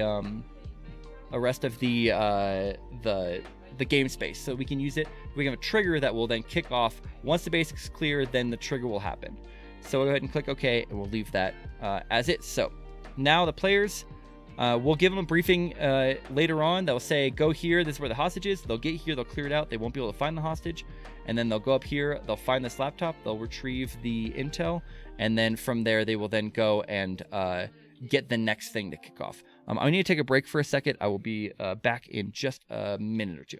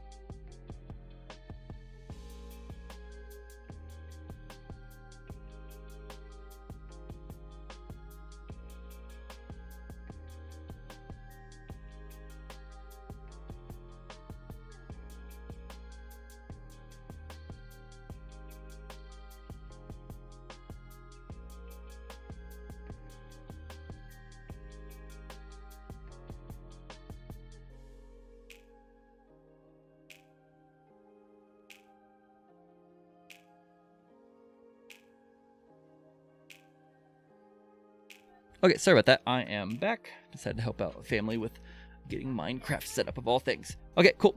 So we have this first area now more or less set up. We put a little thing here for the hostages. It's a rebel-held base. They've got patrols. They've got everything that they need. Sorry if you hear some noise in the background. I've got my daughter's playing some Minecraft in the background. And that's all good to go. So far in the tutorial, we have set up our players spawn, everything they need at the spawn, including the ability to get carted around by a helicopter, or they can hop in some of these vehicles if they want and take those vehicles. We'll even give them another couple of mat Vs, because if they don't have more mat Vs, they wouldn't have enough to fit all their players. But that's all, that's good. Also, these guys that are patrolling, we want them to be in their safe state as well, so they don't sprint around. Cool. So that's all good to go on there. I've also set up the first objective. Now, let me show you how to actually add it as an objective. Remember I talked about that you need a mission flow? So in the mission flow, you need to have a briefing, meaning it'll tell the players what they need to do in a narrative format. And then I like to use the built-in modules that give mission objectives, because the players are used to that and they kind of know how that works. And so to do that, we go here and we go systems, in the top right, modules, scenario flow, and we're going to go, scenario flow is not the correct one, is going to be Intel, and we're going to create task. We're going to put the task right on top of this building. So this create task module then has to be edited, so we double click it. The owner of this task is going to be Blue4. Don't worry about task ID, parent ID. Those are more complicated and you can use them in scripting. We're going to leave them alone for now, but this title will be Rescue Hostages.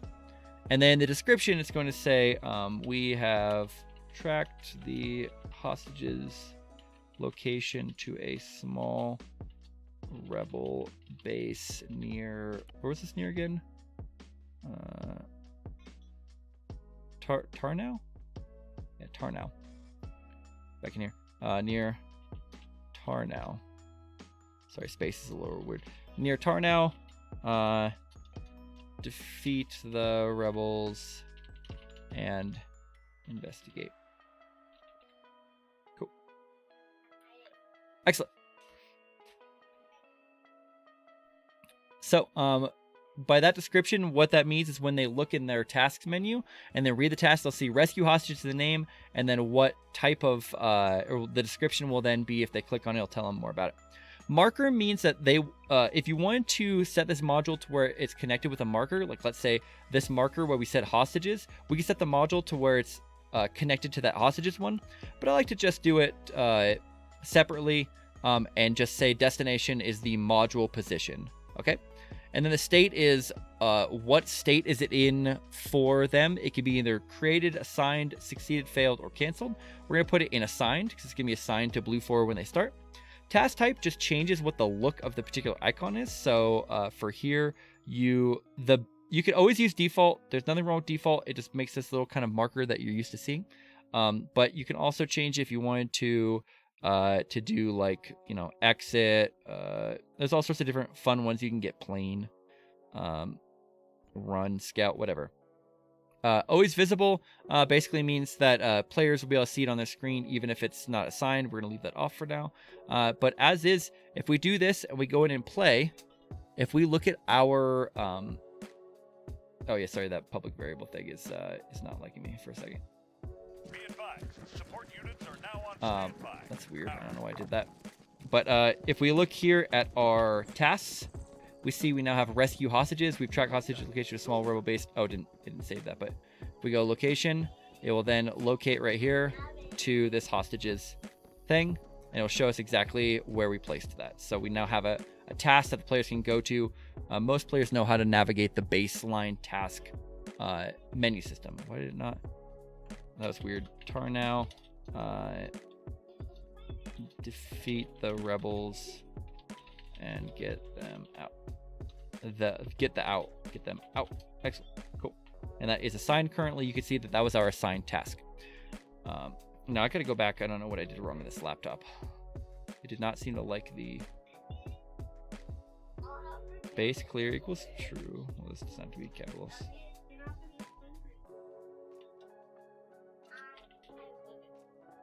That was very weird. Public variable? Variable. That'd be why I didn't like that.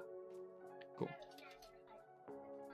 Okay, cool. So now what we want to do is we want to make it to where this particular task, it changes once we have once we've accomplished the task. And so the way to do that, sorry, get the game thing hidden. I was going out a window to look at my script. So the way to do that is still here within the modules in the Intel section, set task state. Excuse me. If I drop one of these modules, basically what this means is when this module becomes active, it will change the state to whatever state we select here. So succeed is what we want. And we want to then sync this, meaning it's going to affect this task. Now, as is, if we start the game, it's going to automatically set this module as having been accomplished, because all modules, unless given a trigger state, will automatically trigger. So instead, what we want to do is we want to create a trigger that will only go off when they've cleared this area, and then it will then activate this module, which will then change the state of that task from assigned to succeeded. So we're going to go up here to F3, where we can click it, triggers. We're going to set down a trigger right next to this. And we're going to double click that trigger.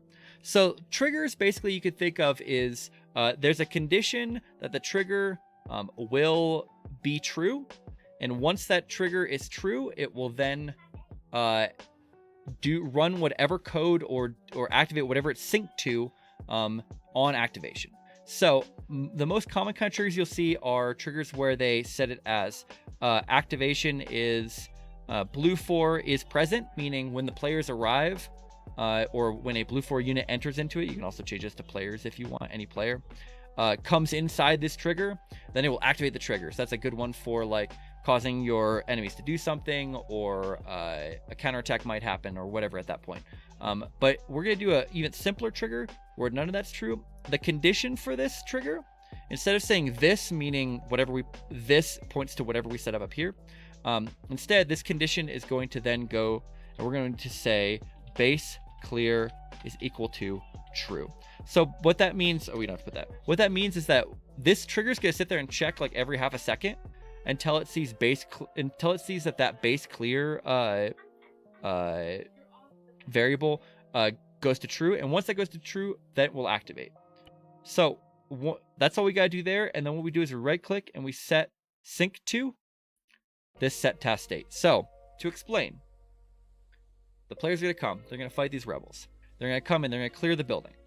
Once they clear the building, and they have this task is assigned, go in here and rescue the hostages.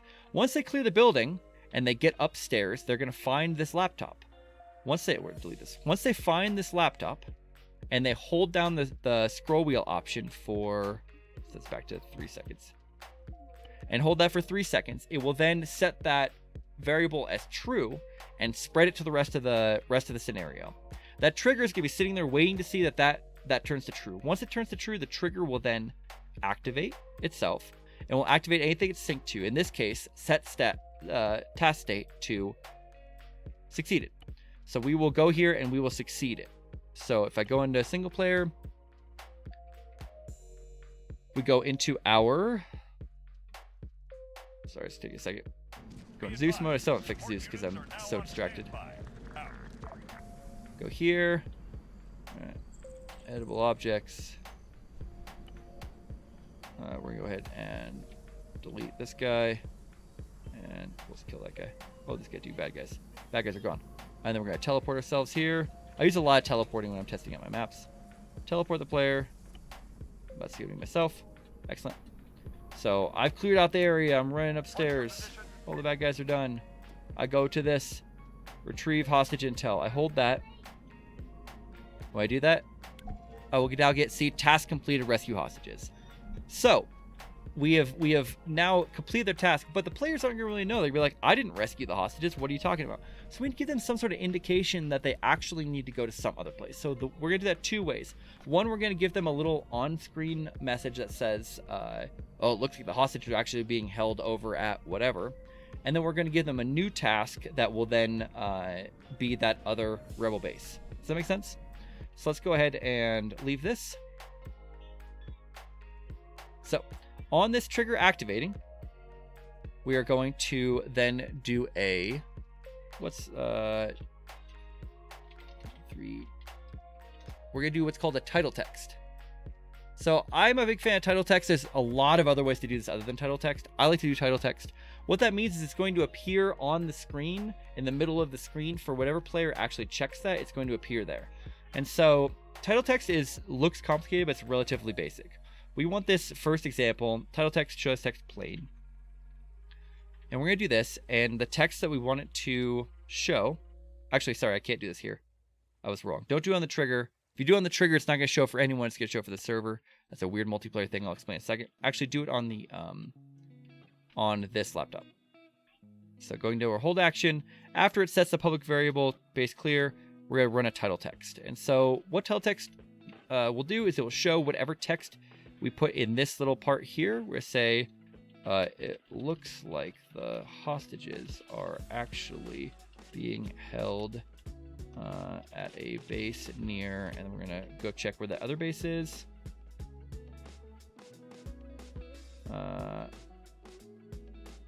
We'll go south, or we'll go east of Polana. Go back to our object. Let's do this. Being held at a base east of Polana.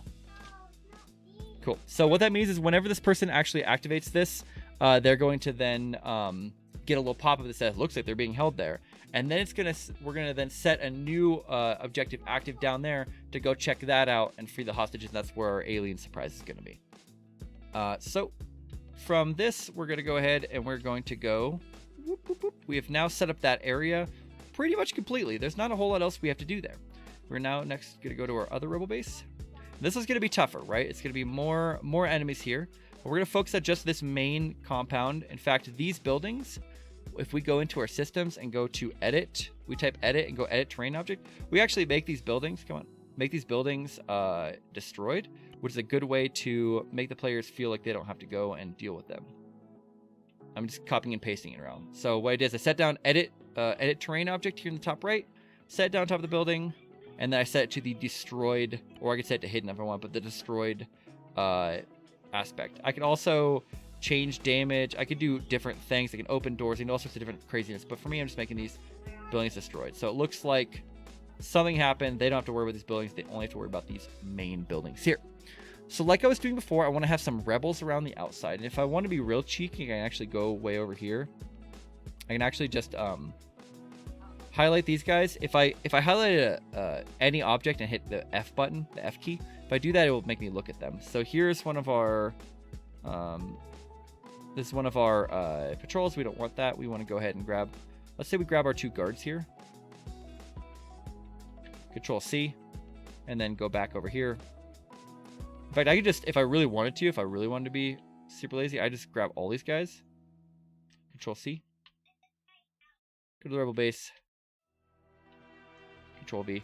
And now I have basically the same setup here that I did over there. I just gotta move them around. So I'm gonna go ahead and do that real fast. Oh, these are all the guys that were in the building. Don't worry about them. Actually, we'll leave them.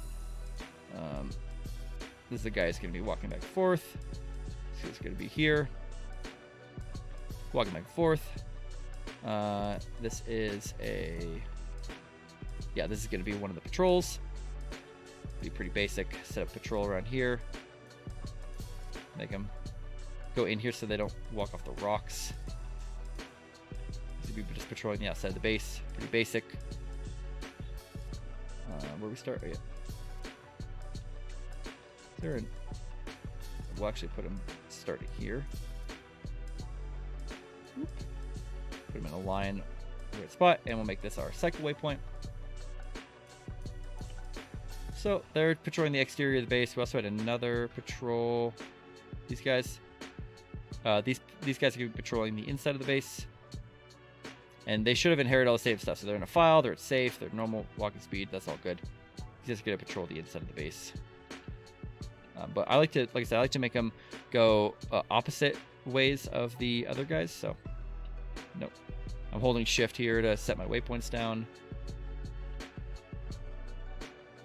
And we're going to end with the cycle waypoint here. Cool. So those guys are doing a little bit of an interior look. We've got some guard towers. So we're going to grab this guy. Oh, sorry. This is one of our patrols. We're going to grab these guys. Are going to be in the front gate. Here's one of our guys. This guy's going to be up here. We can put sharpshooters here if we want. Make sure that his pathing is disabled like we talked about before. Pathing is disabled. Excellent. And pointing him outwards. These guys should also have their pathing disabled. Stand here in front. Got these 2 guys. Is there another entrance to this? Yeah, there's a little gate over there. So some guard towers here, so we'll grab this. Make them hold this little gate here. They'll be in the inside of this gate. Once again, they are holding position. Make sure their pathing is off. Pathing is off. Excellent. We'll grab this guy. We'll Control C. We'll go over to this other tower over here. We'll Control V him, and we'll make him a sharpshooter. Or a marksman. Here we go. So he's got a sniper rifle. Put him in the tower. He also will inherit the can't move, whatever. Or can't path. Moving means that they wouldn't be able to actually turn, but pathing will. Let's see here. What else we got to do? We got these guys are patrolling, and then we got all these random guys. We'll take some of these guys. We'll put them on top of roofs. Roofs are a little unrealistic, but they're kind of fun to put guys on top of them. We can also have them just sort of like standing around. Sometimes I like to do it where they are like they're 2 guys that are just standing there looking at each other. That's always interesting because then they'll like it looks like they're just standing there talking if you're watching from far away. But we'll say like these 2 guys, if they're not in the same group, they won't move until something happens. If I put them in the same group like this, that means that this guy will move to get into formation. It won't look quite the same. So make sure these guys are not the same group. And then we will go to attributes. And these guys can path. So we'll go and make sure that their pathing is enabled by these hold actions. Because we want them to like, they're standing here talking, but then we want them to like sprint out towards the gate if the players attack or something like that. We also had a couple other guys that were standing around. These guys, what are these buildings? It's like little shacks. I don't even know what's going on in here. Well, we'll put one inside a shack. You are going to go inside the shack. Get in the shack. Okay, and then this guy over here will be on top of this big building. And we're gonna put some more guys in here. We're gonna grab this one of these guys. Grab his team leader, copy and paste, and put him up here in this. If there's a tower, there should probably be a guy in there, unless there's a reason why there wouldn't be guys watching. But there's a pretty good amount of AI now watching exterior, right? We've got this patrol exterior, these guys. We've got these 2 corners and the front. So they're going to see most threats coming up. Pretty good chance your players are going to get engaged before they get there. Also, this building is going to be our main building, right? So we should probably put some guys on top of that. So we'll go here. We'll grab our FIA. Men. We go ahead and grab another marksman here. Grab an AT guy, put him over here. We'll grab a...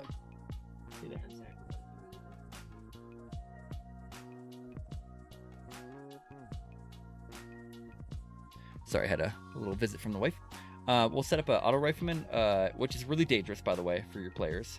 Because this guy's got a, basically a light MG. And then probably just a light rifleman right here. Cool. So all these guys, when we place them down initially, are going to be able to do all the stuff we don't want them to do. So we're going to select them. We're going to turn off just their pathing. Oh, actually selected that. We're going to turn off just their pathing. We're not going to turn off their ability to lay down, because conceivably if they were on that roof, they would lay down. So we're going to select them all, attributes. We're going to make them safe. We're going to make them follow the path, so they won't run off the roof. But they will lay down. They'll do whatever else. But they've got, coverage on this building.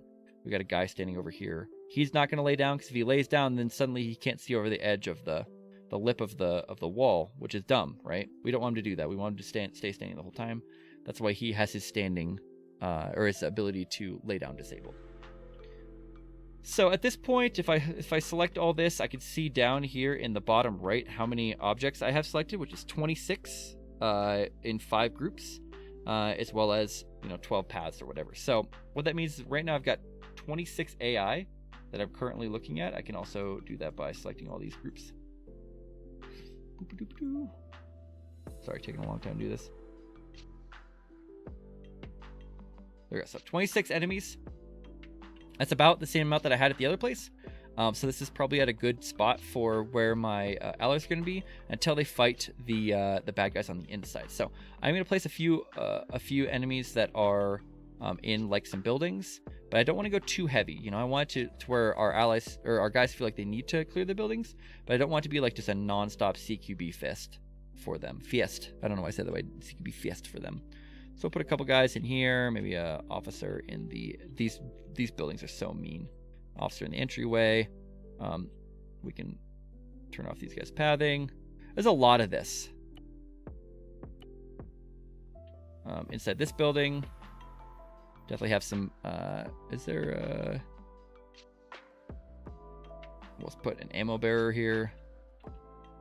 Got some guys. If you put them near windows, it makes them more, more interesting because they'll fight exterior. But if you don't put them near windows, it means that the players have to actually go in there to get them, which is also interesting. So like right here, I put a guy near this back window, but he also has to fight if they go there. So we'll put a rifleman. He's looking out this window here. Is this realistic? No, I mean the buildings are all empty. The AI. Like why would they just be staring out the window? I don't know, but it feels realistic enough. It's just a hint of realism. I'm just gonna set a engineer just sort of standing around here. Okay. This building doesn't have anyone in it, but honestly, I don't know can you even enter this one? Yeah, you can.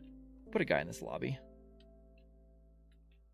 Let's just be probably not a grenadier. That can get mean real fast. Grab an AT guy, put him here. And we'll put a grenadier standing over in the front of this. So we just got guys that are sort of around. Nothing too major. It's just going to be guys. A number of these guys will run after the allies when they attack, or the players when they attack. But anyone in a building, we want to make sure that we've disabled their pathing. So we're going to go here, path, off. This guy, we want to disable his pathing. If you're okay with your guys running into the building, you know, you don't have to do this. If you want to like make it to where guys will come out. Another thing you can do, by the way, if you're interested in making to where the enemies don't come out of the building until the players get close to it, I'll actually show you. Let's do an example building like that, because that could be an interesting thing to happen. To do that, we're going to, let's choose, I guess that'll be this building here. Let's put an enemy in here. So this will be auto rifleman right here. We're not going to make him predict anything. So right now he can't path, right? He's just going to stand in front of that door and absolutely shoot anyone that gets in there. But let's say that when the players enter into the area, so we go to our triggers, we're going to set a trigger that has an area. We're going to then, tapping space a number of times, we're going to make that area basically, I'm going to make this a square trigger. It's a little easier to work with. Basically like near this building. So when the players get near this building, and if I am really cautious to make to where they have to get inside the fence line. So when they are near this building, we are going to go to select this, go type, or sorry, activation. Any player is present. Put this on the server only, that's important. We're going to make it to where this guy right here, we're going to name him, we're going to name him under variable name here. Surprise guy. We'll copy that. So his name's Surprise Guy as far as the game's concerned. In there, I'm going to double click this, and on activation, I'm going to go Surprise Guy, enable AI path. So what that means is he can't move from that position until somebody walks in this area. Once a player walks in this area, he will sprint out. Let's go ahead and show you what that looks like. Sorry, not what I want. I have to set this Zeus thing, make it a little easier on myself. Okay, cool. So I'll show you what that looks like. So, actually, I screwed something up because he won't come out right now because I'm not an enemy. Well, I guess I can. Yeah, I guess I can. Well, I'll show you.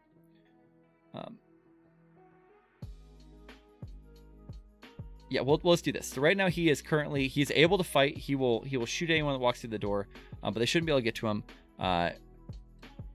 But if a player walks into that area, he will then be able to path and do what he needs to do his normal Arma thing. There's another way that I'll show you how to do this that I just remembered would probably be a little bit more relevant for most people. But let's go here. Let's go to our guy here. Okay, so let's say these guys are fighting. We'll go composition. We'll go special forces. We're gonna go a Viper team.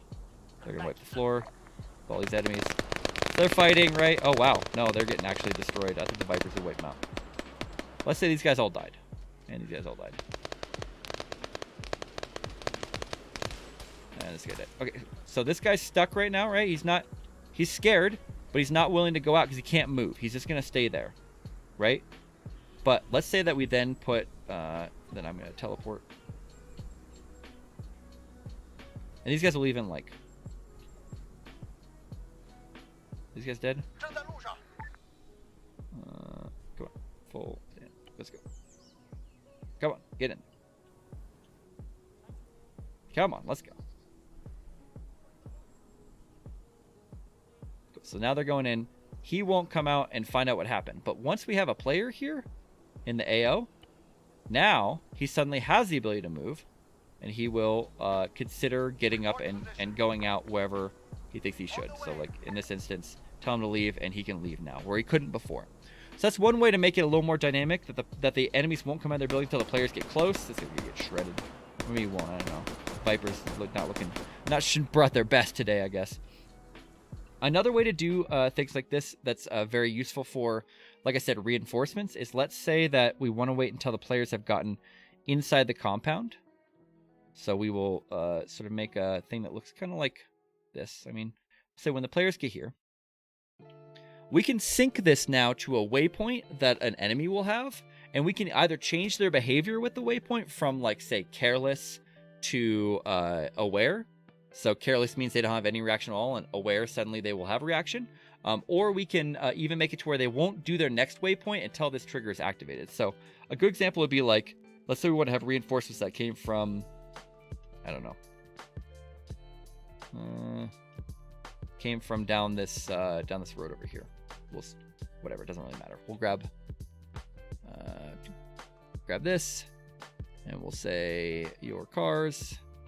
This don't really have any good vehicles, really, to be honest, but or let's just grab a squad or FIA assault squad. So they're gonna stand still, or sorry, we're gonna give them a waypoint to move to, and they'll move to that waypoint, and then we're gonna give them another waypoint to move all the way up here. Okay, so they will move to that first waypoint, and then if we don't do anything, they will move here at the start of the mission, and then just run up here for the next waypoint, and then just stand there. But if we take this trigger and we right click it and we go set waypoint activation, and we put it on this where my guys go?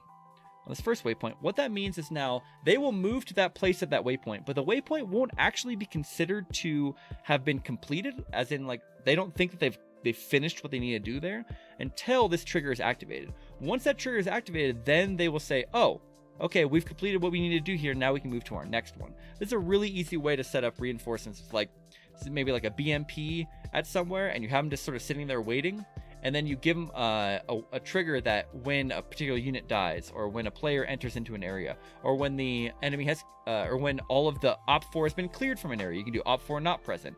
Then they'll move into that AO. So I'll sort of show you what that looks like here. When we hop into our Zeus again and we go watch those guys, they'll run up to that certain spot and we'll just stand there looking like dummies. Where are we at? Support units are now on standby. So here we go.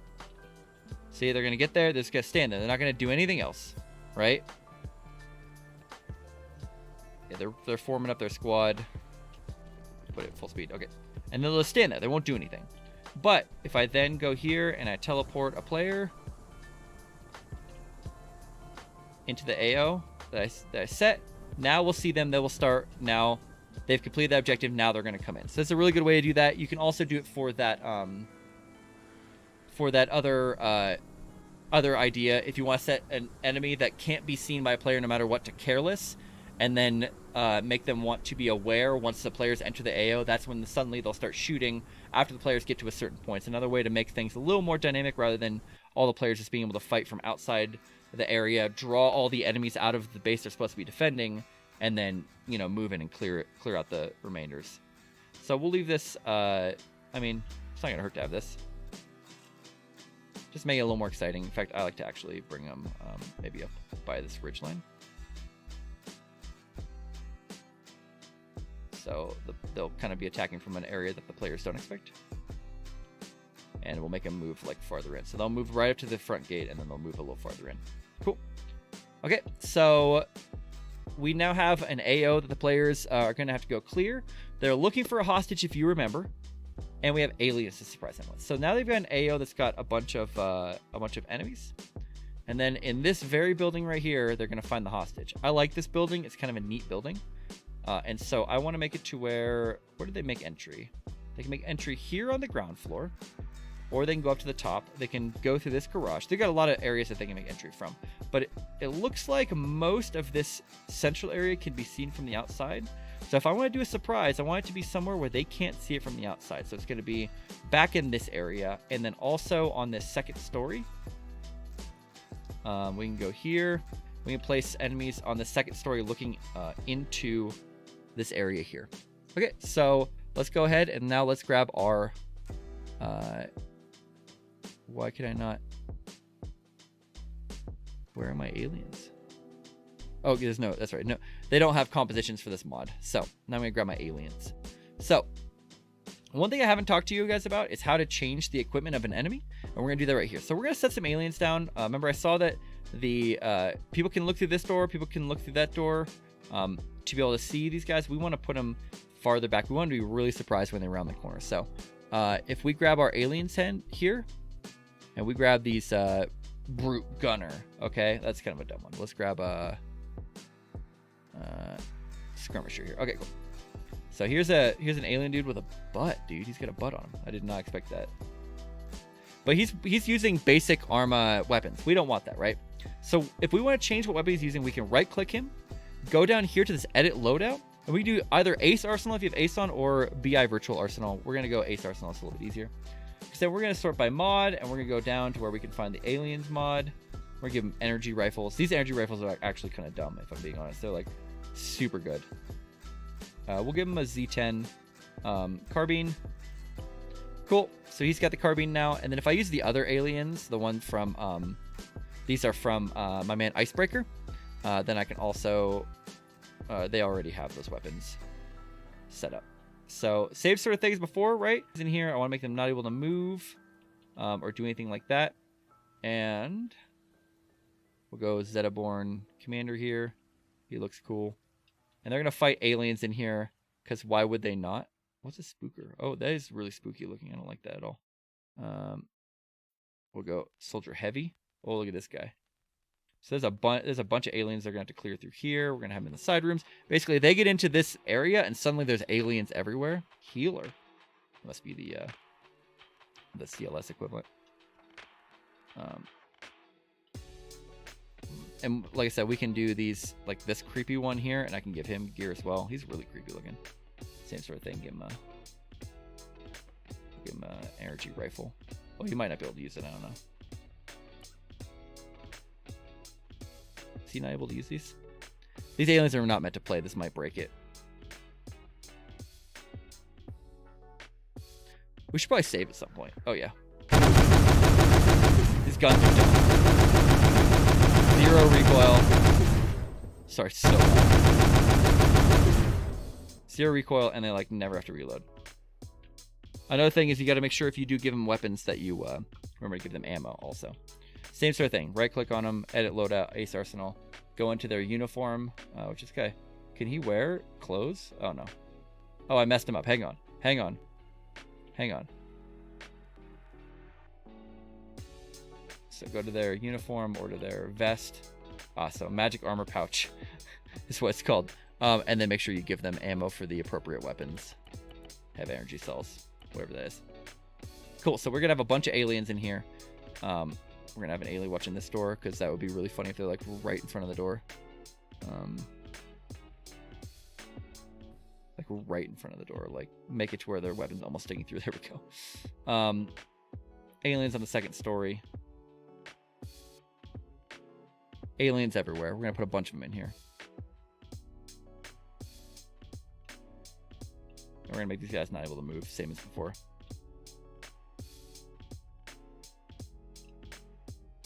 There's a lot of alien butts in this mod. I did not expect that. What are you guys doing to me? I will remind you that aliens were selected by the community. They were not me. I did not choose to put aliens in here. The community's like, we want aliens. Okay, you will have some surprise aliens. Okay, whatever you're looking for, I guess. In a mission. This is a weird little hole. I'm not gonna say that again. Why is it? It's freaking out a lot. I like this hallway for another alien. I think that if they come through the stairwell, where do they come through? That's what I want to know. They come up here. I guess they have to drop down in. Yeah, there's no ladder, so I guess there's only really the main entrance. Oh, here's the door. Okay, so if they go through this door, they're gonna be quite surprised by you guessed it, aliens. Why not? This alien scout with a straight up sniper rifle is what's gonna be standing there. He's a little rude. Stand over there. Maybe I don't know. Engineer? Sure. Cool.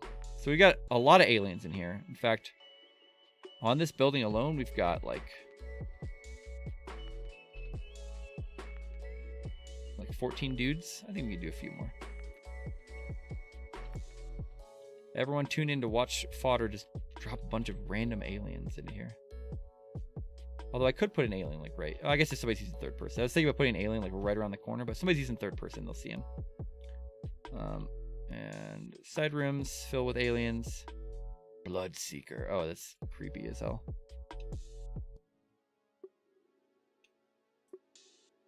Why are there aliens here? You know, sometimes there just are no answers to the questions that you seek. This guy's a commander. He's pretty cool. Oh my gosh, he's Beefcake. He's Beefcake is actually words. That's the English language if you didn't know. So silly. Energy rifle. He's gonna have this one. We're gonna make sure that he has plenty of his magic armor pouch. We're gonna make sure he has plenty of ammo. Even though these have like a million rounds. Like you could shoot these energy weapons for days. They're kind of ridiculous. Okay, so we've got a lot of aliens here, right? So now we got to figure out where our hostage is actually being held at. We want to make it look like they are like test subjects or something like that. It's kind of what we want. So I think they're gonna have to go upstairs, right? We want it to be in one of these rooms upstairs. So where's a good room that's not accessible from the outside? Here's the stairwell guy. Go through here. Is this room? Oh yeah, this is a good room, I think. So do we have any cages? Oh, just the crab cages. We don't want that. Do we have any tables? What if we put on like a coffee table? Let's say we want. What if we put them on like this kind of table? That'd be really creepy, yeah. So the hostage is here. We're gonna grab some lights. Exactly what we're gonna do. I know what we're gonna do now. I wasn't sure what we were gonna do, but we're gonna grab some lights here. That's gonna be a portable light like this. Oh god, these are huge. I forgot how big these are. For this tiny room, they're really big. I'm gonna put a bunch of lights in here.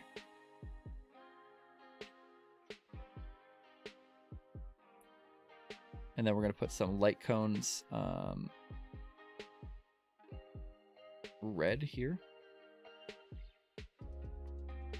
I can't remember exactly how these light cones work, so we'll have to figure that one out. We're gonna put some light. Oh, that's through the wall. And red here. We'll have to check what this looks like when we get in there. But we're gonna put the guy laying down on there and disable his ability to animate at all. And so he'll look like he's like, you know, something bad's happening to him. Am I a little ridiculous? Yes. Survivor, put him here. He's gonna be laying down. We're gonna put some blood underneath him. Oops, that did not go where I wanted to. Oh, that's way too big. It's not gonna work. So this blood's kind of coming off the table there. I don't think that's exactly what we're looking for, so we're gonna probably need to make some small ones. I searched for blood in this props. That's how we found it. Small, new. There we go, blood. I've actually used a lot of blood here. Oh, this is big. You can also use these. Remember, I hit spacebar and I can turn them. So I can actually make the blood spray on the wall if I want to. If I'm really feeling a little crazy. Is this essential for teaching you guys how to do missions? No, but it's fun. Put this like up here on the wall.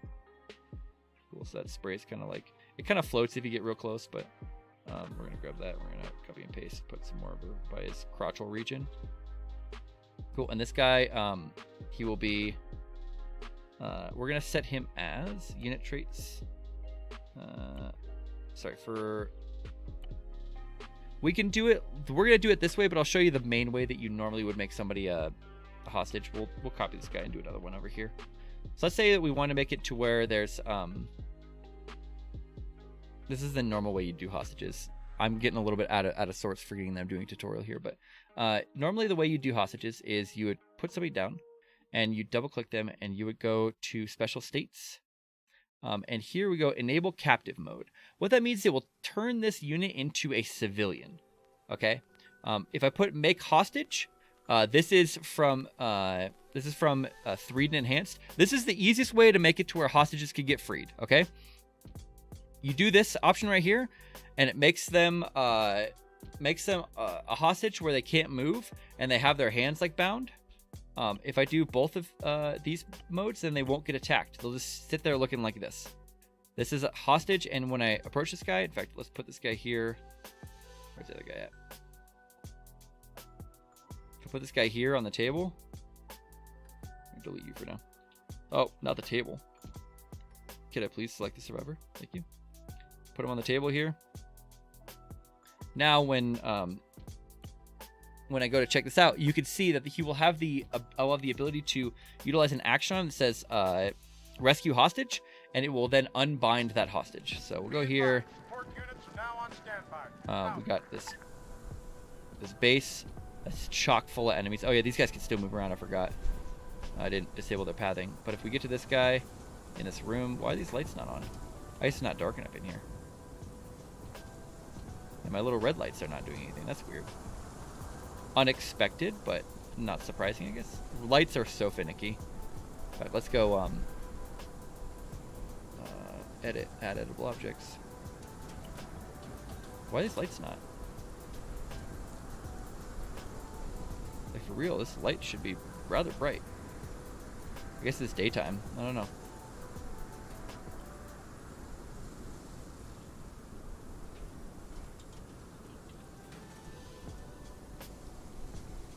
Make nighttime.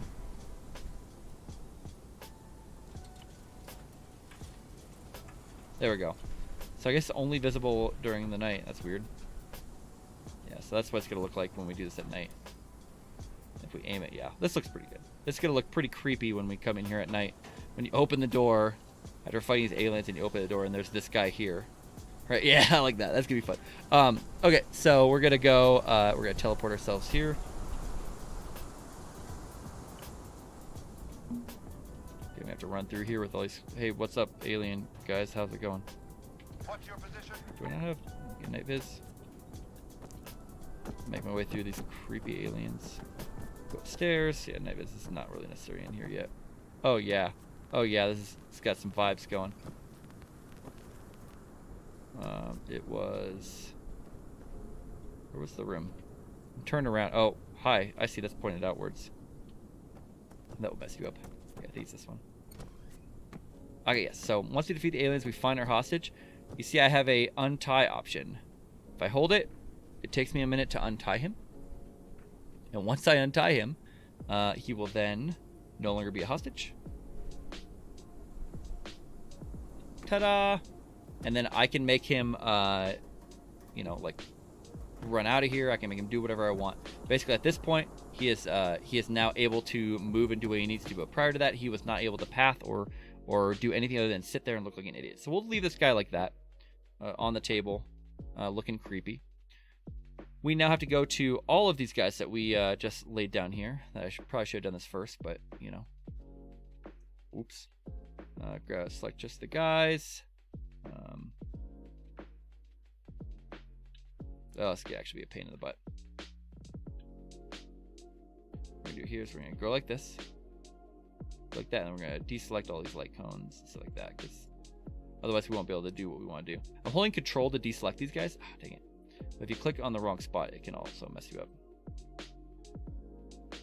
So hold control. Not him. Holding control will remove all of these things. Excellent. So now I should just have the AI attributes. No pathing. And we're also going to go here and we're going to deselect these guys on top. We're going to make these guys to where they stand up. Just because it looks weird when the enemies like lay down in CQB, if you know what I mean. In case you're still enjoying the Stevie Wonder filter. Oh, thanks, Polly. I appreciate you. It's like, what's he talking about? Oh, yeah, the fact that you can't actually see my stream is so weird.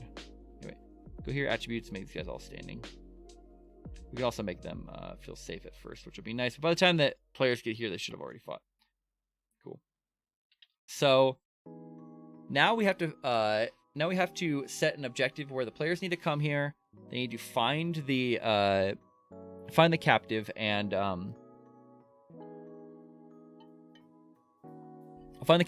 then free him. Once they free him, they will then be able to leave the AO, and once they get out of the AO, they will, you know, have victory.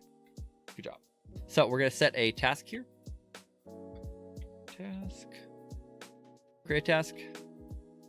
I'm gonna put it right on this building. Investigate rebel base.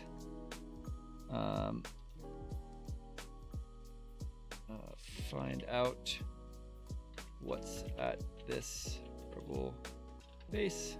Okay. Oh, sorry. The marker should have been marker. That should have been title. There. And right now it's going to be in created, but we have something we want to do. I should have checked beforehand, but I think if I want to set the task state to created like this, and then set it on a trigger, I don't believe that it will appear for the players prior to that. So go to created, trigger. We'll actually just set it to this trigger because that makes it easy to test. We're gonna test. I can't remember how to make it to where the players don't have access to this, or how to set it without doing commands. So we'll see if it's visible in our map. Support units are now on Okay, standby. so right now you can't see that that task, right? It just says rescue. Oh, it's actually, I think that's my fault. I think I messed up. I don't think this is actually working. Hang on. We'll see, but I think I didn't set it to the right people. Teleport players. Okay.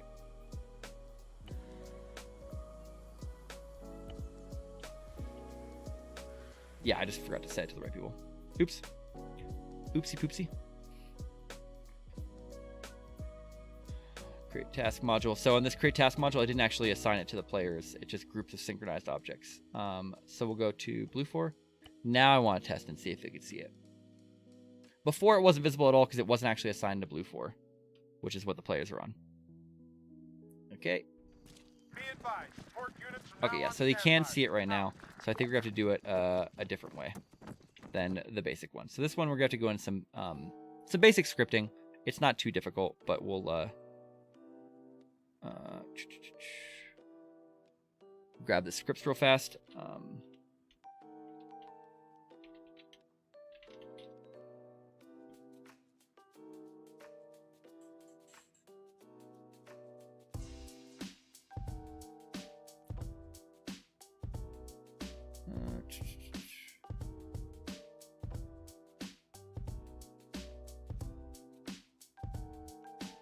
Sorry, having a hard time.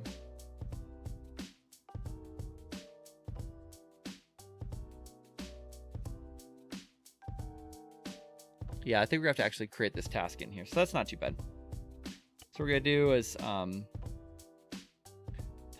trying to see if it's worth the effort in this. We're 2 hours in here. I think we might leave this task as okay. So I think what we're gonna do is we're gonna do that as a follow-on video.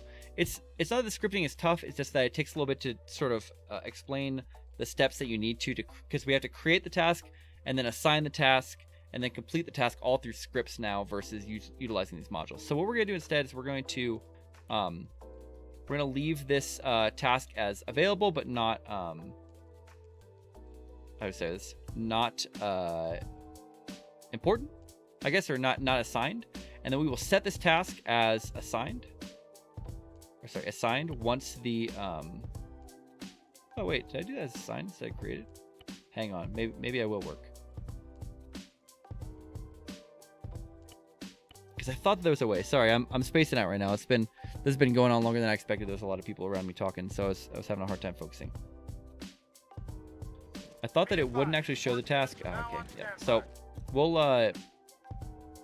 leave that as is. So basically, the players will see that, but they know that their mission is to go rescue the hostage there. They'll obviously have an idea they have to come here, but they shouldn't be coming here first. So this will then, rather than sync it to this, we're going to make it to where this task will now get assigned when they activate that trigger way over. Can't even see it. We can actually take this module, just drag it. Should still be. Why is it not synced? Hang on. Looks like it's not synced now. Yeah, it needs to be synced here. Come on. And then we have to sync this also. This all the way to the trigger way over here. Way up here. So now when this trigger sets off and it sets this task as complete, it will then assign this other task to say, now you need to go over there and deal with that. Once the player has freed the hostage, then we will make this task as complete, and then once they leave the AO, we will end the mission. So pretty basic stuff. This guy's sitting here. We're going to have him have a hold action that is says have hostage follow. And then we're gonna make this 3 seconds. And when code's complete, we're going to add them into the players group. And then once we execute this, we'll also set that next task is complete. And then once that task is complete and the players leave to a certain other area, then we'll complete the mission. So basically, let's talk about our flow real fast, because we've got basically all our enemies down. We've got most of the support stuff down. The flow is basically the players will start in their main base, right? They've got their respawns, they've got their vehicles, they've got a helicopter they can fly around in, which I'm just going to go ahead and if you want to make your helicopter invincible, by the way, which is really helpful when you're using it to fly your players around, go ahead and select your helicopter. And sorry about that. Oh my goodness. When you select your helicopter, do this enable damage and just turn that off. If you turn that off, it means that they will be not able to take any damage. We don't want them to be able to take damage. That makes it nice and easy for us for reasons, because the AI can sometimes do really dumb stuff. Okay, so the players will be here. They'll probably grab the helicopter and they'll take it over to this hostages area. So to do that, one thing we can do is, rather than when the players say like, oh, hey, we want to infill over there, one thing we can do is we can give the helicopter nice, easy spots to land so that we're not worrying about them landing in really awkward places. So to do that, why don't we give the helicopter like a landing pad like over here?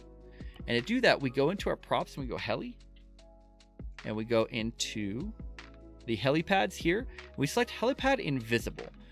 Just like it sounds, you won't be able to see it, but the helicopter will see that and want to land there. So we can copy and paste that for all the different directions that we think the players might want to land at. And then the helicopter will choose whichever one's closest and try to land there, which is good for our players. So why don't we put one here, and then we'll actually clear out this area with one of these modules again. So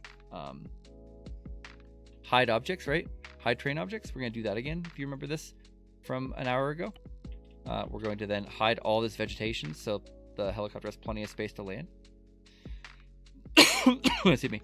So now the helicopter has a big area it can land, so that's good. It's kind of at a weird angle, but I think that'll be okay. And then over yonder, I think we got a pretty good spot the helicopter can land right here. It's not that far away. So now when the players say, yeah, we want to be infilled over there, we're good to go, right?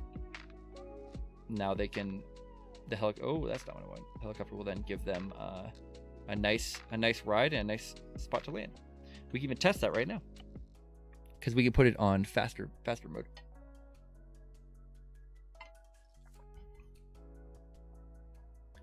Cool. So we're on 4 times speed. Going to go here, go reply, supports, helicopter transport, ghost talk. Okay. Tell our squad to get in there because it's fun. We'll get in, run back. They'll say, where do you want to go? We'll say, we want to go over here to hostages, and we'll say we want to land over here. Say right here. Cool. Helicopter will take off, and it should go find one of those helipads. So, is anyone got any questions out there in chat land? I know I've been going on and on for a while, but it's this isn't the easiest. The easiest kind of mission to set up is kill all enemies, right? Because you use one trigger to determine if the enemies are there or not. But I'm trying to run down basically all of the sort of edge cases that you might run into and how to deal with them up front. It's not about being complicated. It's about trying to make sure that you're covering the stuff that people are likely going to care about, you know?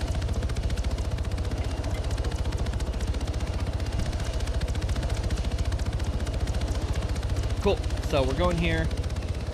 Helicopter's going to go land. He's going to land right in full view of the enemies because that's what the AI likes to do. Remember I said land here? He's going to say, actually, maybe I don't want to do that. He's going to go land at that helipad, see? This is a way that you can entice the helicopters to be better for your players, and you can kind of control the flow a little better. Now they're going to drop them at this area. I'm going to tell all my guys to disembark. We're going to get out, and the helicopter's going to take off, and my guy's still disembarking. He's going to fly back to base. Cool. So then the players are going to go. They're going to fight all of these guys, right? We're going to kill them all. So we're gonna go in here. We're just gonna take out these guys. They don't care about me anyway, so we're gonna teleport ourselves to here. Currently, they're not my enemies, so they don't really care. We're gonna fight those guys. We're gonna run in here. Fight that guy. We're right in here. We're gonna go upstairs. Ignore this dude right here. We're gonna go here. We're gonna hold here on retrieve hostage, being held at the base east of Palama. We got the. We are now told to go to this rebel base, right? So here's what we're gonna do: is we're gonna go outside. We're gonna then grab our mans. We're going to then say reply supports helicopter, come pick me up. Helicopter's gonna come get us, I believe. Where's the helicopter at? Where'd that stinking helicopter go? This one? No. Where is it? This one? Oh, don't mind that. This helicopter's coming to get us. He's gonna land at one of those helipads. We're gonna have to run to him. I think it's zooming. I know it's moving fast, isn't he? He'll probably land at this southern one over here. It's kind of annoying, but you know, it is the way it is. But he's gonna land at this one over here. The players are gonna complain about it, but then they're gonna jog themselves over there. 'Cause that's what players do. We're gonna get in that helicopter, and then we're gonna tell ourselves that we want to go, or we're gonna then tell the helicopter that we want to go up to the. Oh man, if it's too far away, then it can take too long to get there, and the helicopter actually take off. I had that happen on our Halo op. I might want to put one right next to the base. I might do that. You run into some weirdness then if the helicopter ends up. Yeah, see, the helicopter's like, wait, no, we're done here. We waited too long. Okay. Come on. We'll call him back. We'll hop in the helicopter. We'll fly over to the other base. We'll run in there. We'll fight some rebels, and then we'll fight some aliens. We'll rescue our mans. We'll have him. He'll join our team. We'll run out with him, and then we'll get that guy out of here. Got him. Dude, where's that helicopter? Is he going back? Takes him forever to turn around, I guess. Oh, he landed at that one now. That's hilarious. Anyway, we'll fix that by putting one like right near the X. So hopefully nobody tells the helicopter to land right on the area. Otherwise, he will land right on the area. But we're gonna put one right by it. There's a lot of power lines and stuff. We could probably do it right here. Probably right here. Here's to hoping the AI can land that one right. So many power lines here. I want to put it right here. Yeah, we'll put it right here. Hopefully the AI does not decide to land at this one. But you know, is what it is. So there's a helicopter. There's a helipad. They're gonna land there once the players say to land there, and they're gonna find a clear open spot. So doing the helipads, obviously you can see that it's a double-edged sword. It's nice because it lets you control where the players will infill at, but it also means that the exfil is a little bit weird if you're using that way. You could of course always use other ways. So on the you can make it the trigger to where if they free that guy, there's a move waypoint that brings the helicopter to land at this helipad right afterwards, so the players don't even have to call them in, and then just takes them. You could do other stuff if you want to be more specific with your scenario flow. What's nice about the helicopter transport thing is that it gives more flexibility for the players, but it is a way to do it. Okay, so let's set up our objective here to be complete once they've freed this player or freed this hostage. So we're gonna go here and we set up this this hold action for I thought we did. We're gonna set up a hold action for let's see, get hostage to follow. And the way this works, we're gonna add them to the player's group at that point. So this one's a little bit weird because we have to get the caller, get his group, and then add the hostage to the group. It's not super crazy, but we are it's gonna take a bit. So to do that, we're gonna have to go caller let's use the Bicky. Bicky says,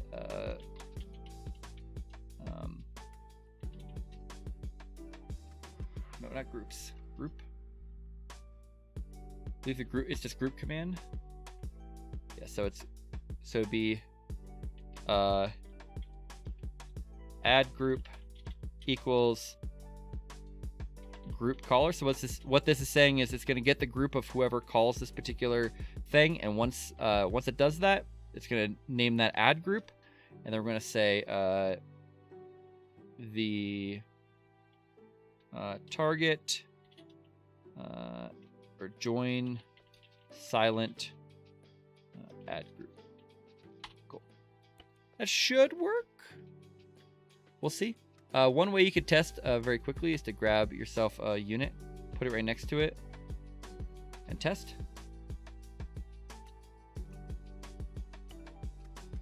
And we'll see if it works. Flies off. Yeah, exactly. Don't you love that? Just flies off the moment you need him to be there for you. Just when I need you to be there for me. I appreciate everyone who's tuned in tonight, by the way. I know it's been going a lot longer. I thought we'd be... Oh my gosh. That freaked me out because I was out a window. If you ever want to test like this looks really bad. I mean, that looks like we know it's about to happen. If you ever want to test like this, where you just put a unit down and you want to test transition, you right click the unit and go play as character. That's what I wanted to do on that last one. Helps you a little bit there.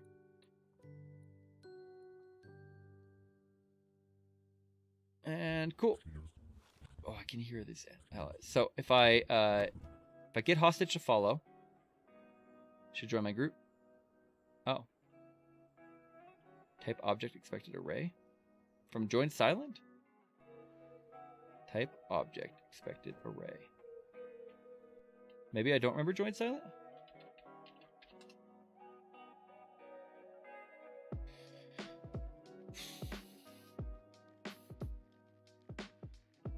Oh, it's an array, okay.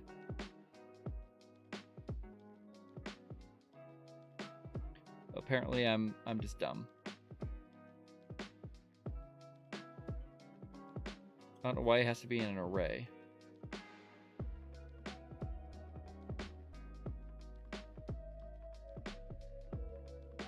That's weird, okay.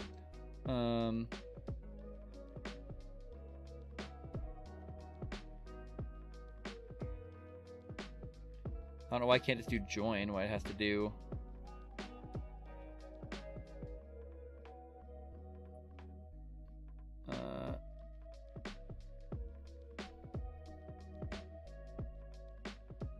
I mean, expects object, that's so weird. Okay.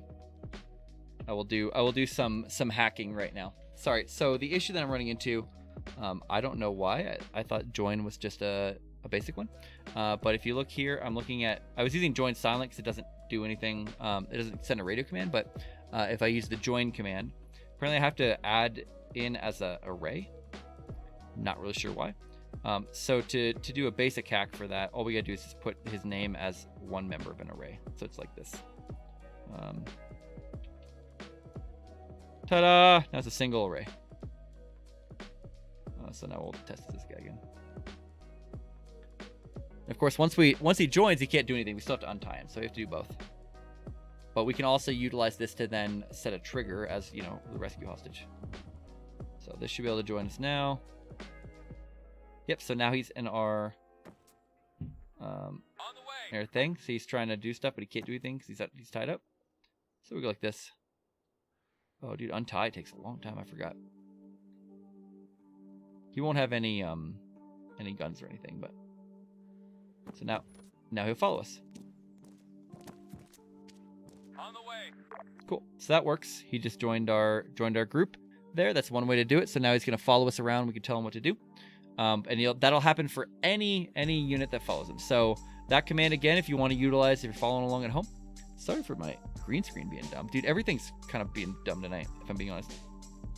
You set a hold action on code complete, add group, or this could be any variable. We're going to call add group equals group caller, meaning whoever calls this particular command, the person who's holding the button down, it gets their group, and it names that group add group.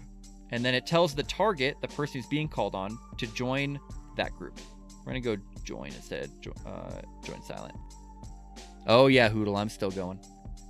Cool. And then from there, we're going to then do a hostage rescued equals true, right? And then we're going to public variable, just like we did before, hostage rescued. Cool. And then we're going to do a another one of these set task states here. We're going to sync that to this, and we're going to set it as succeeded. Then we're going to create a trigger like we did before. And the condition of this trigger is hostage rescued equals true. So now this will check every half second to make sure that hostage rescued equals true is true. And once it's true, then it will cause this module. So if we go in here, where are we at? Where are we at? Where's my man's? On the table. On the creepy table. Yep. Okay. So we go here. We're going to test this.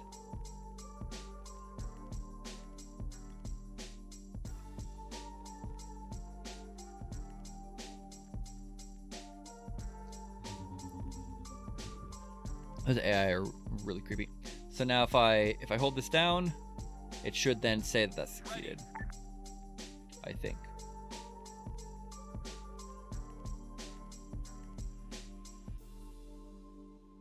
That's weird. That didn't work. I must have mislabeled something. Do that all the time.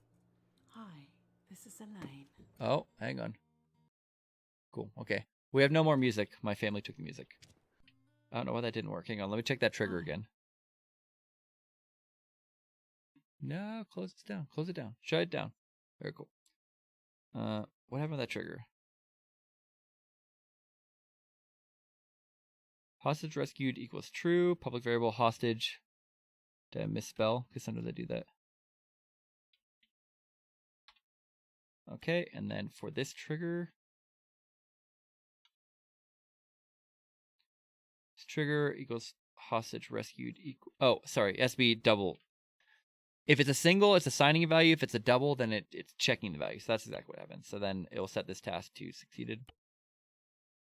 And then we will do one more test. It's a lot of testing.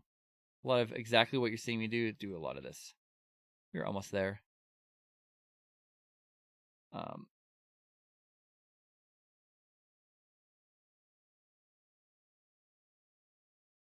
Once we do that, nope. Get hostage follow. Ready. Cool.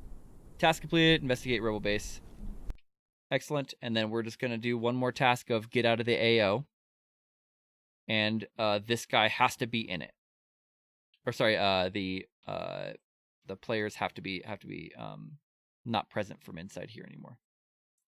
Actually, no, we'll check this guy. We'll call this guy the hostage man, and we'll check to make sure the hostage man is not present in here anymore. So to do that, we'll grab a trigger. We'll go like this. We'll kind of set the whole base as the trigger area.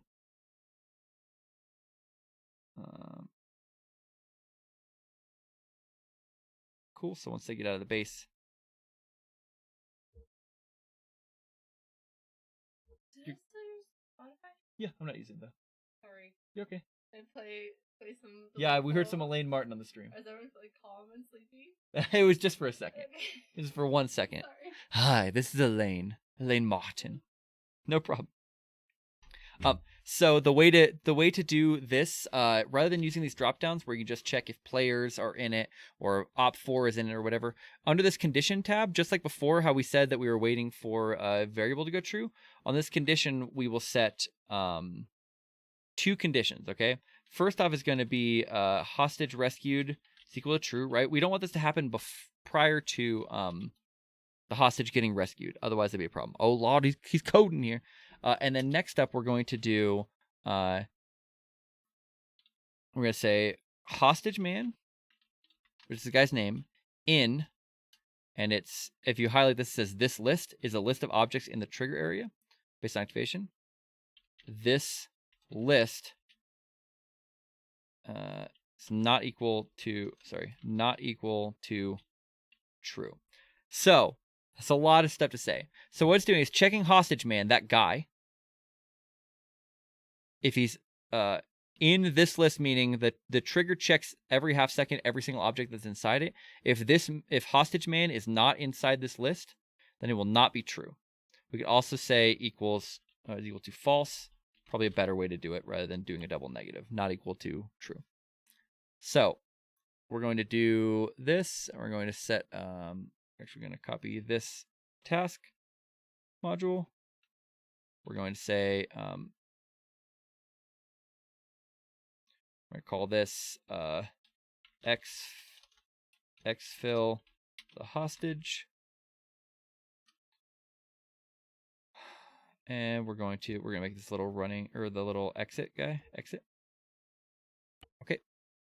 And we're going to set that task state as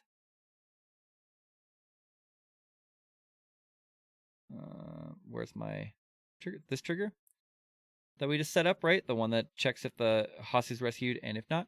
And we're going to set it as succeeded. So going back in here. Testing is this guy again. Where's my man? Oh, that's not my man. That's a bad guy. So many bad guys. Dude, where's this room at?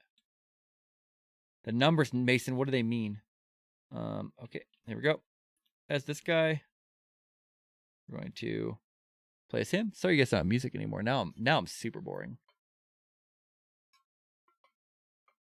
Out of window. Don't go out of window, fodder. You're gonna ruin everything. We're going to so we check and we see we have exfil hostage, investigate rebel base, all that sort of stuff. We're going to get the hostage to follow me, which will then say that we've rescued him. Right? Cool. We complete that task. Oh. We have a problem.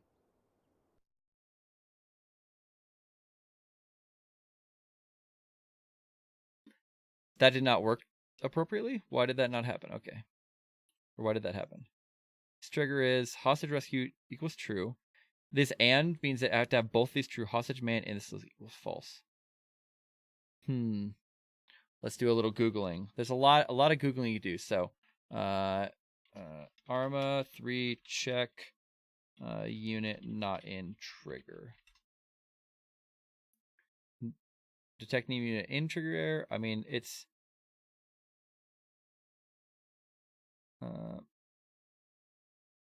in this list. Okay. It should be not in this list though.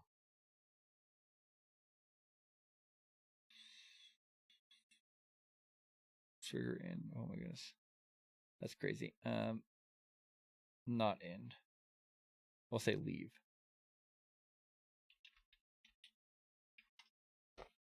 Not problems, but exactly challenges. Players leave area kill. So this is a good one. This trigger.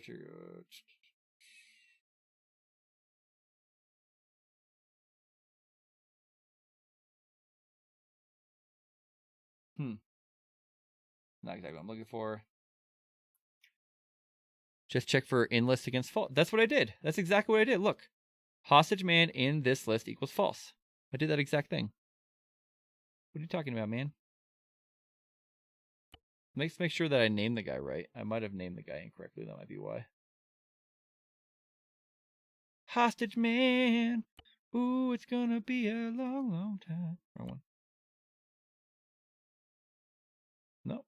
Correct. In this list equals false. I mean, I can do not equal to true.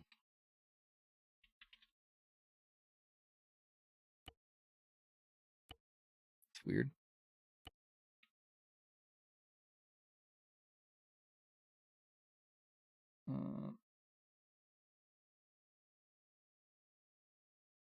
That's why when they're out of the trigger. Whatever. I think that. Oh, I did that wrong. I did that wrong. I wanted to play a second. Worst superhero ever, hostage man. Hostage man. Yeah, the maybe we put it in curly brackets thing is hilarious because that's totally like how it often has to go. Like, let's make sure that he might not. Oh, I think I might not have had him in the AO to begin with. Wait, that's the wrong one. Yeah, he might not actually be in the AO. That might be why. Don't mind me. I might have accidentally did that wrong. But now he will be in the AO. So hostage man in this list.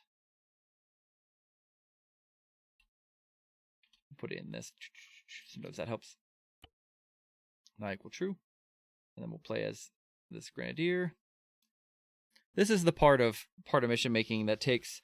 You can set up the mission. You can do 9% of the mission in 30 minutes, and then spend 6 hours trying to fix that last couple of percentage. The last little tricky things you want to have happen. Okay, investigate rebel base complete, and is the other one complete? Yeah. Okay.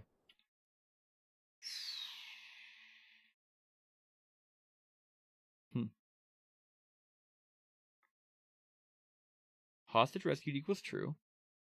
Yes. So this is always kicking off. I'm very confused. Okay. List of all objects in trigger area based on activation. Oh, I think I have to do a I think I have to do anybody. I think I have to do that. Yeah, I think I have to do that present. I think that I'm. If I remember correctly, this is a limitation. You have to set a activation.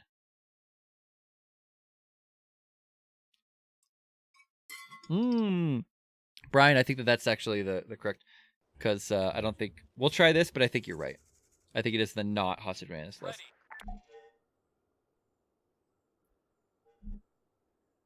Oh. Well, I think that I might fix it because, like I said, I think you have to have it. So I think when I did that present thing, when I did the drop downs, it's, I believe, that's the types of units that it keeps track of. So by putting anybody, now if I go into Zeus and I grab this guy and I make him leave? Where's hostage man? Hostage man. Ooh, it's gonna be a long, long time. Is that hostage man? Yeah, okay, cool. So that worked now. Yay! So, Brian, I think your way is also the better way to do it, but it did work this way. So I had to put it to where it was tracking anybody, so the types of units it was tracking, and now it is working. So what's cool is I can go here and I can go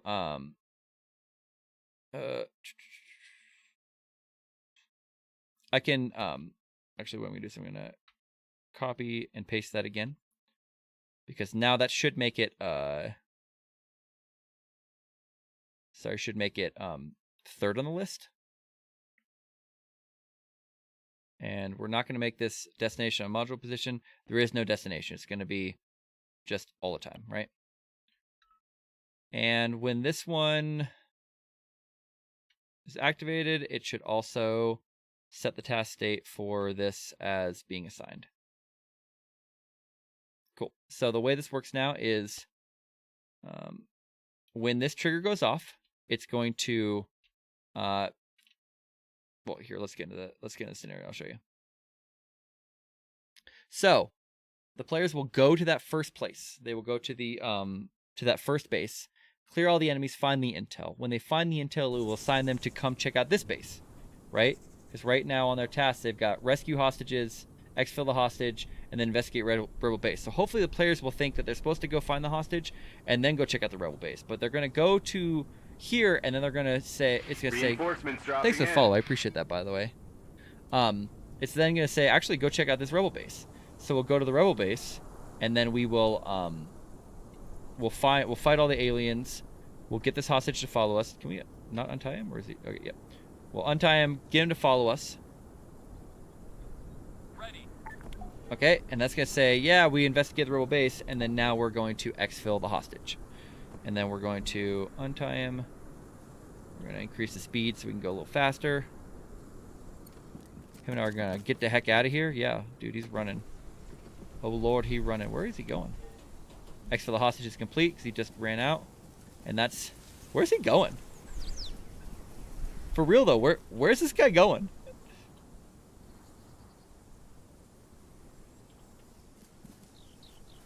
Oh, I guess he's just trying to stay in formation, but his spot in formation apparently is in front of me. I guess he's the boss now.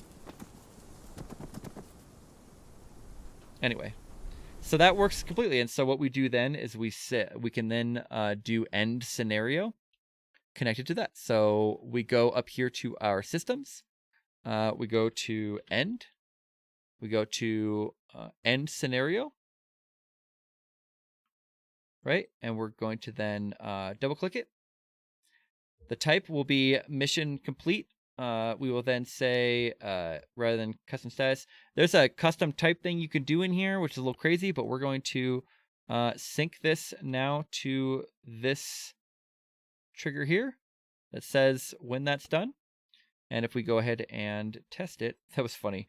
I'm gonna move this out a little bit more because it was a little ridiculous that the moment that he stepped out of that, it was good. So I might want to have it just a little bit farther outside, but it's all good.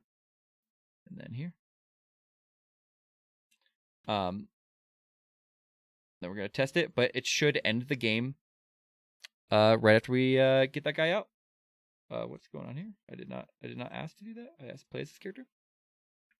And that should be, I mean, that's more or less most of the flow, but there are still, remember I said there's the starting area, enemies, mission flow, and last thing we do is the settings, which luckily is one of the faster parts. So untie this guy. Ready. Use Zeus to drag him the heck out of here. Make him not fall to his death. Mission complete. We did it! Yay! What's your position? Ta-da! We can also, another thing we can do, if we wanted to give it a little bit more of a delay, is we can set the, we can, in fact, probably exactly what we want to do. Well, we can set another trigger that's based upon that previous trigger, and then give it a delay. So in your triggers, there's a lot of stuff you can do with them. I've been kind of doing it very specifically for my uses. But down here, you can say countdown. So once the rest of the conditions are met, it will then have these timer values and will give you that much time. You can also, I think you can end the game right from here, can't you? Type end 1, 2, or 3. Yeah.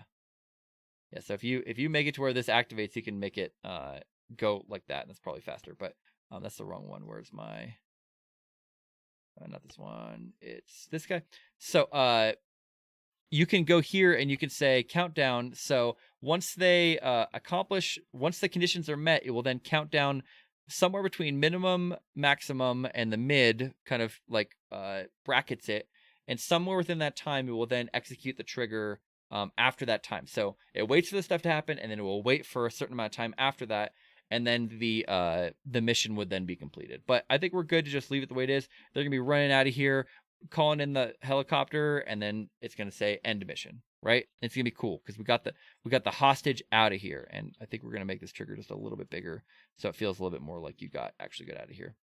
But I mean, for all intents and purposes, we have a mission that works. Players spawn in, they've got arsenals to do, they can hop in a helicopter, they can take vehicles if they want.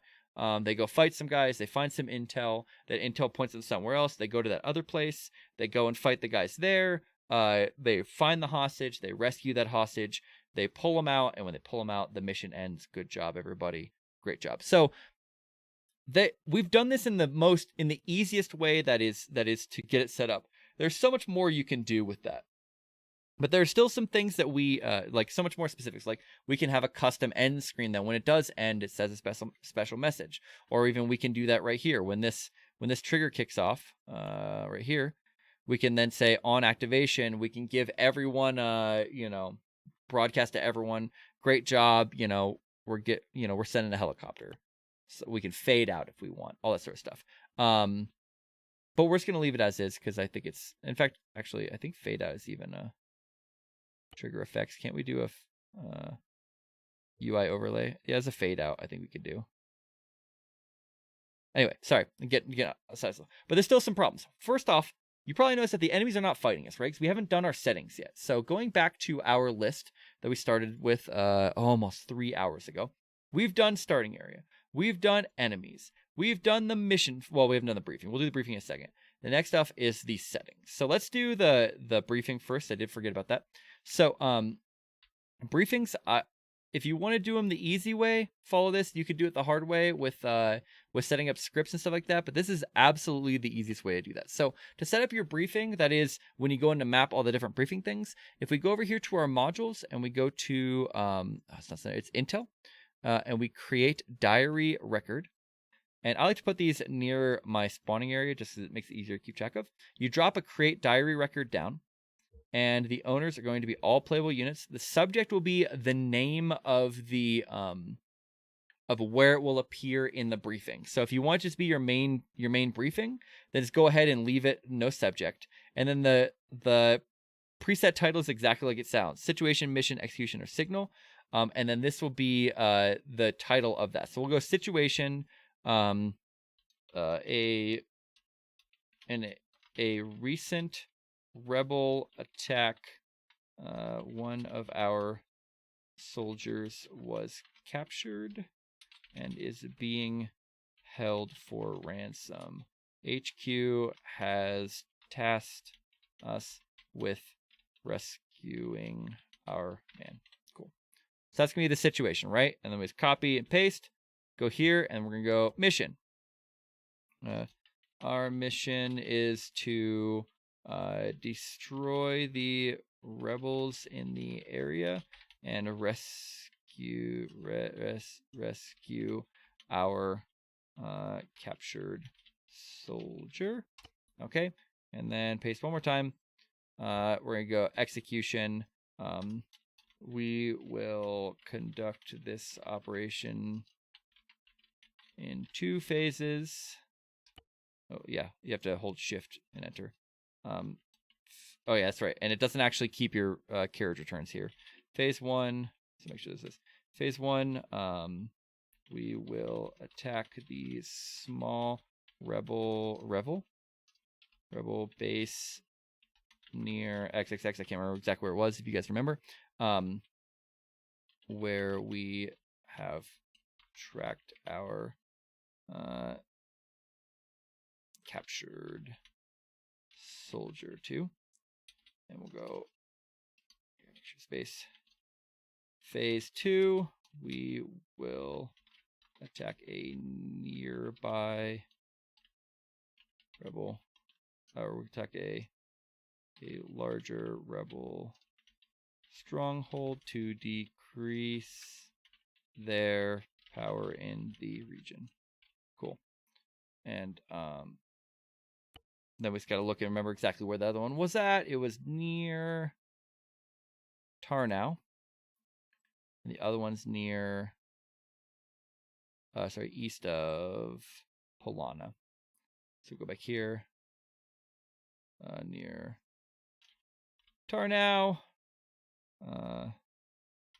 east of Polana. Cool. Excellent.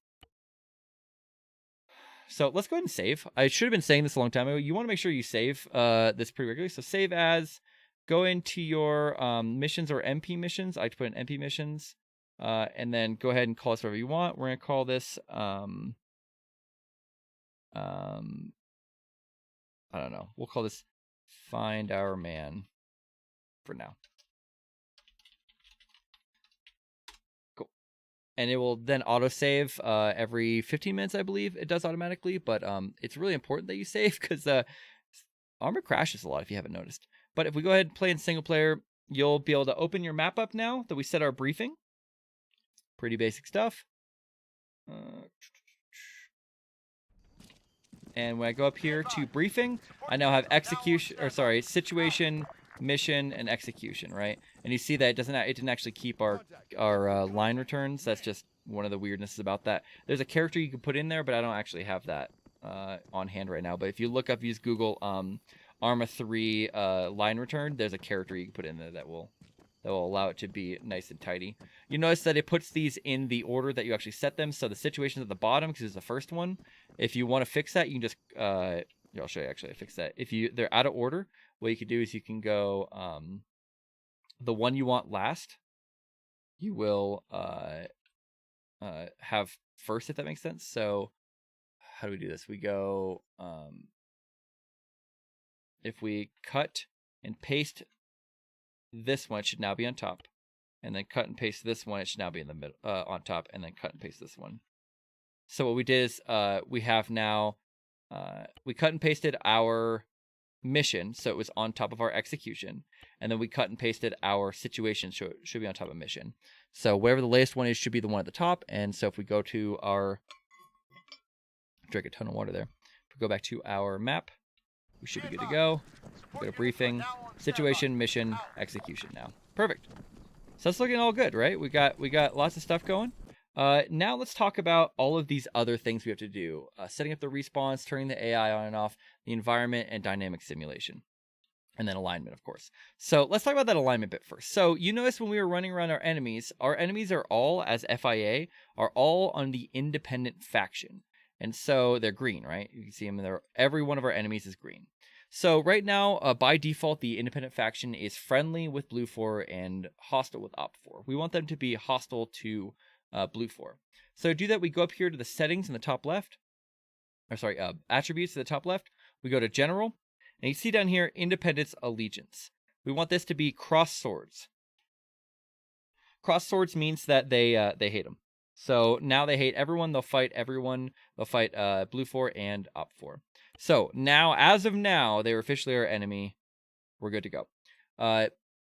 Next thing we want to talk about is the respawn. So right now, if we go to attributes and multiplayer, right now there is no respawn enabled at all. If we were to start this game, nobody would be able to respawn. Once they die, they can't respawn. I have made this mistake before. Don't follow my mistake. So to fix that, you want to go down here to respawn, where it says respawn disabled. You want to select that and go respawn on custom position. What that means is we will now be able to utilize those modules that we put down, or the first module we put down, as a custom respawn. So we're good to go. We now can respawn there, except for if we have no respawn delay time, we will never be able to respawn. So we have to set this respawn delay time, and most people do it to 30 seconds. I do it for 15 seconds. Doesn't really matter. We also want to be able to select your respawn position. So drop down, respawn custom position, select respawn position, and add a time of at least 1 second. Once you do that, now people can respawn on their spot. While we're here, we're also going to disable the AI. What this means, hey, what's up, Farsight? Dude, it's got an issue with Twitch. If you go pop over to the YouTube, youtube.com/UselessFodder, you'll be able to see my live stream up on there. I don't know why it's being like this. It's a really weird problem. Anyway, so now we disable the AI. What this means is that in a multiplayer game, the AI will not automatically, or the AI will not fill the rest of your slots. Most people don't want AI to fill out their squads, so we disabled the AI there. Go ahead and click OK. Once we do that, oh, thank you very much, Paulie. I appreciate that, man.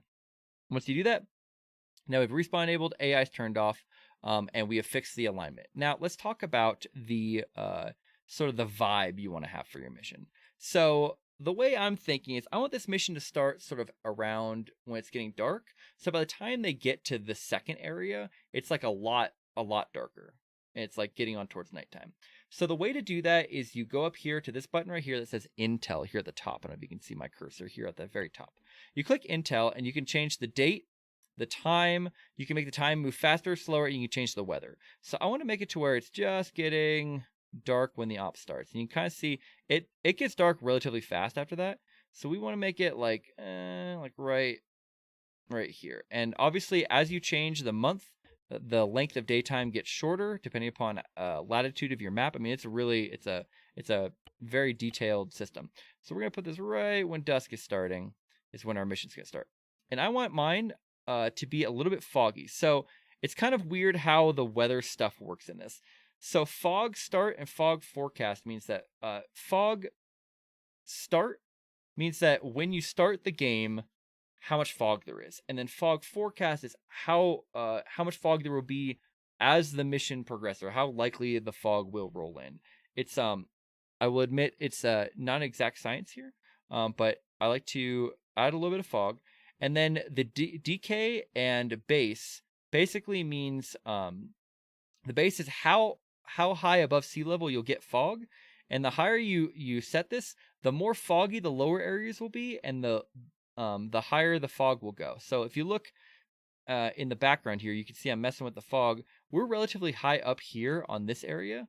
So if we leave this here, it doesn't look that foggy, right? But if we go to where our base was at, then we can see it's actually quite a bit foggier there because it's a lower elevation. In fact, it's like so foggy, you can barely operate. So you really want to think about how the fog will affect over the course of the op, not just in the initial op. So if I go over and look at my other area, it's like super foggy here too, right? So I want to make sure that my initial fog is like not that much here.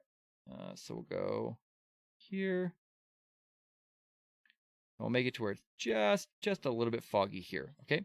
And then if you look, the decay is how thick the fog is, kind of way to put it. How thick that fog works. So we could put the base up high and then lower the decay quite a bit, but it's still going to have a very similar effect. So we're going to actually cancel that, set it to how it was, and turn the decay just down a little bit. Okay, cool.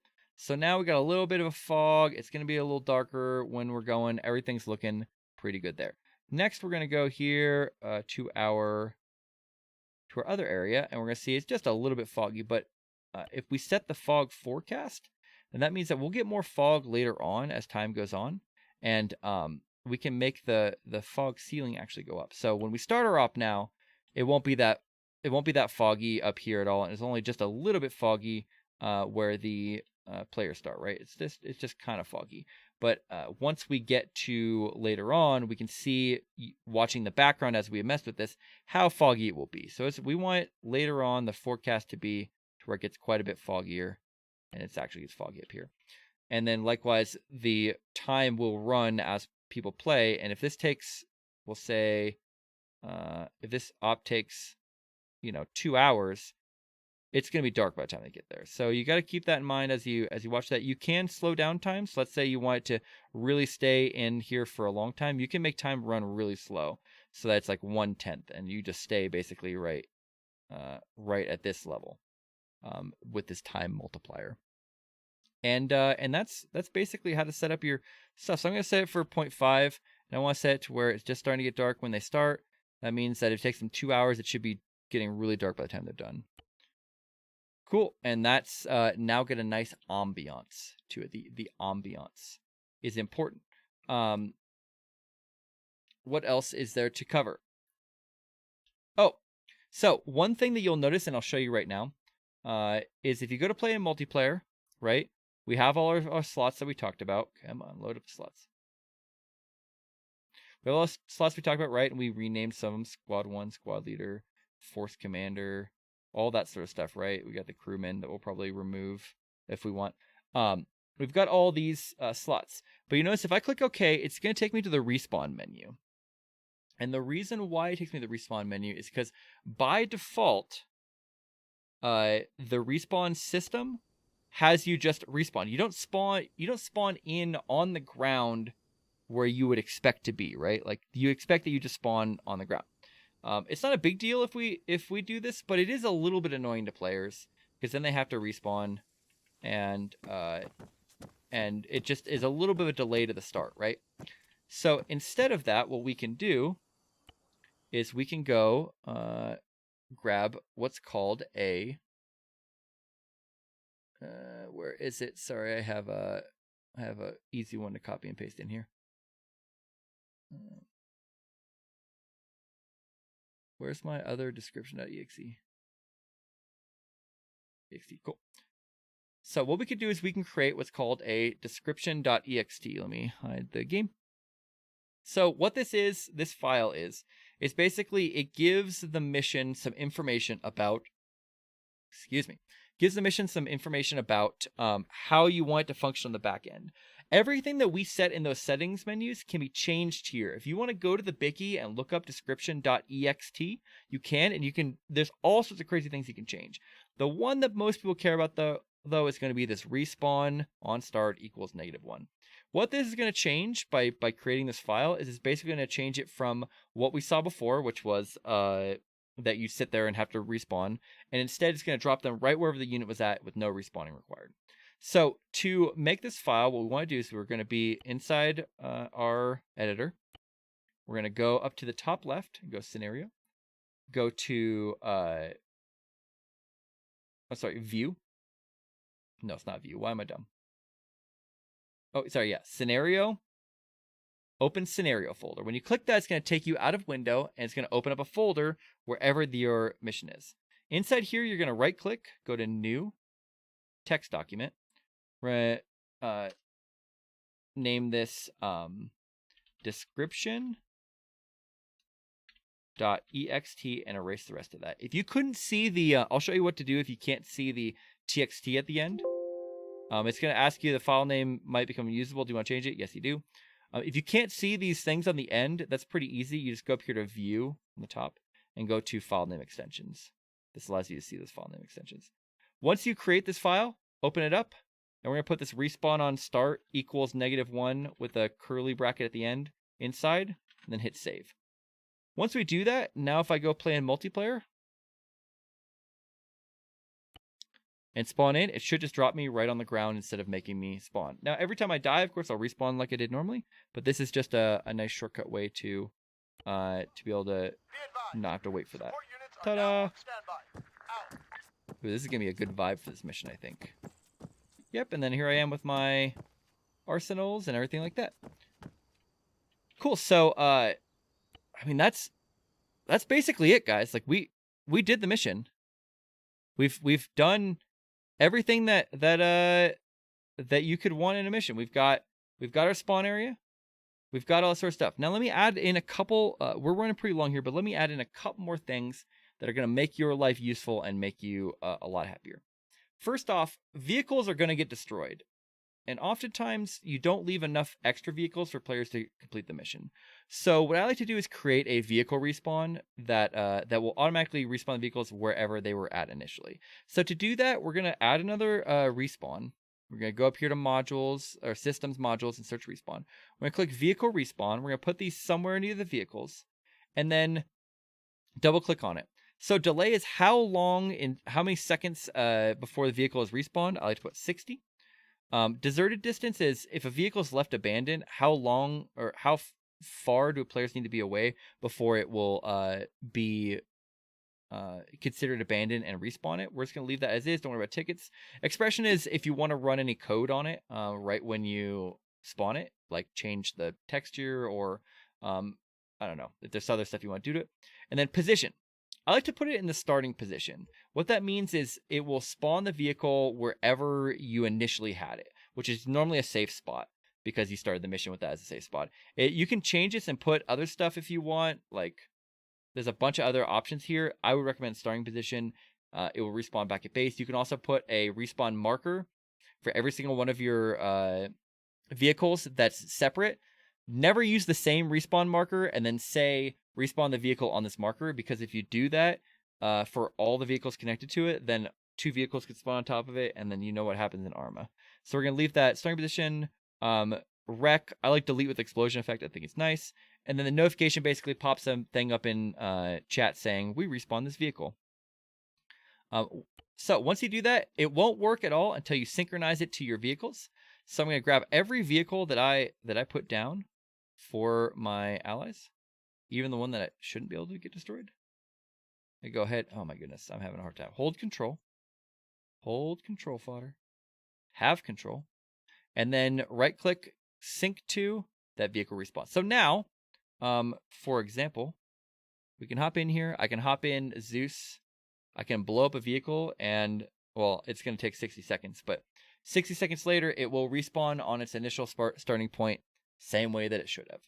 I don't think, now I realize we don't really want to wait 60 seconds, but basically the idea is, I move this, I'll put it inside a building. What? There we go. Yay! It got destroyed, and then 60 seconds later, time acceleration. Should respawn. Is it 60 real seconds? I thought time acceleration would work, but I guess not. So it'll respawn exactly where we had initially. Okay, come on, that's a bit much, don't you think? Wow, it got really foggy really fast with that time acceleration. Holy crap. I had not realized that. Oh, and yeah, we'll wait just a couple more minutes. So this is very helpful. It allows your players to go back to base, pick up the vehicles that they want, and they can, of course, respawn on them. Nice and easy. Come on. Feeling impatient. It's going to be around like 2105. I'm going to say 65. Doesn't make any sense. now that we set our allegiances, there we go. See, so the map V respawned. So now that we set our allegiances, the enemies, of course, are going to attack us when we are trying to do the mission. So that's good to know, because they weren't before. You notice that none of our stuff requires that they've killed every single enemy. I don't think that most missions are worth making them hunt down every single enemy unless that's a specific objective that you want to have happen. So just consider that you don't probably need to have them hunt down every single enemy. Okay, so that's one of them. We set a respawn for all of our vehicles, and that is good. Now, another thing you can do is you can actually set a respawn, and you can sync that respawn to something else, like a unit or a vehicle, and that respawn will then follow that unit or vehicle around forever. So what I like to do is I like to set a respawn on like a squad leader, or maybe your CO. Sorry, if you accidentally sync to something you don't want to, just select sync to and then click off. But let's say we sync it to our officer, and then we make sure we take it type infantry, and we say blue 4. So as long as that unit is alive and it's synced, then any player will be able to then respawn on that unit. So it's really nice for your command elements. If you don't want the players to have to reinsert from super far away, you can just set a respawn on a unit, and they won't have to do that. Those respawn in the unit. So I think that's pretty cool. So we'll go like command element. So now, as long as this unit is alive, people can respawn. Once that unit dies, however, that unit has to respawn somewhere else. They can't respawn on their own respawn marker, if that makes sense. And we can do the same thing if we want to on, let's say, we'll like put that map V as a respawn. If we go in here now and then we'll move that map V and then off ourselves, and we'll see it force a respawn, and we'll see that we will then have the ability. I didn't name it. Hang on, I have to name it something else. Otherwise, it will glitch out. You can't have two respawns with the same name. Sorry.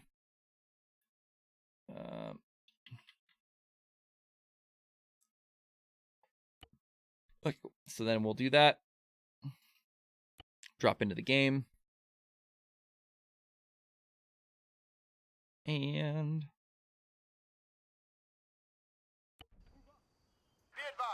hop in Zeus. I think.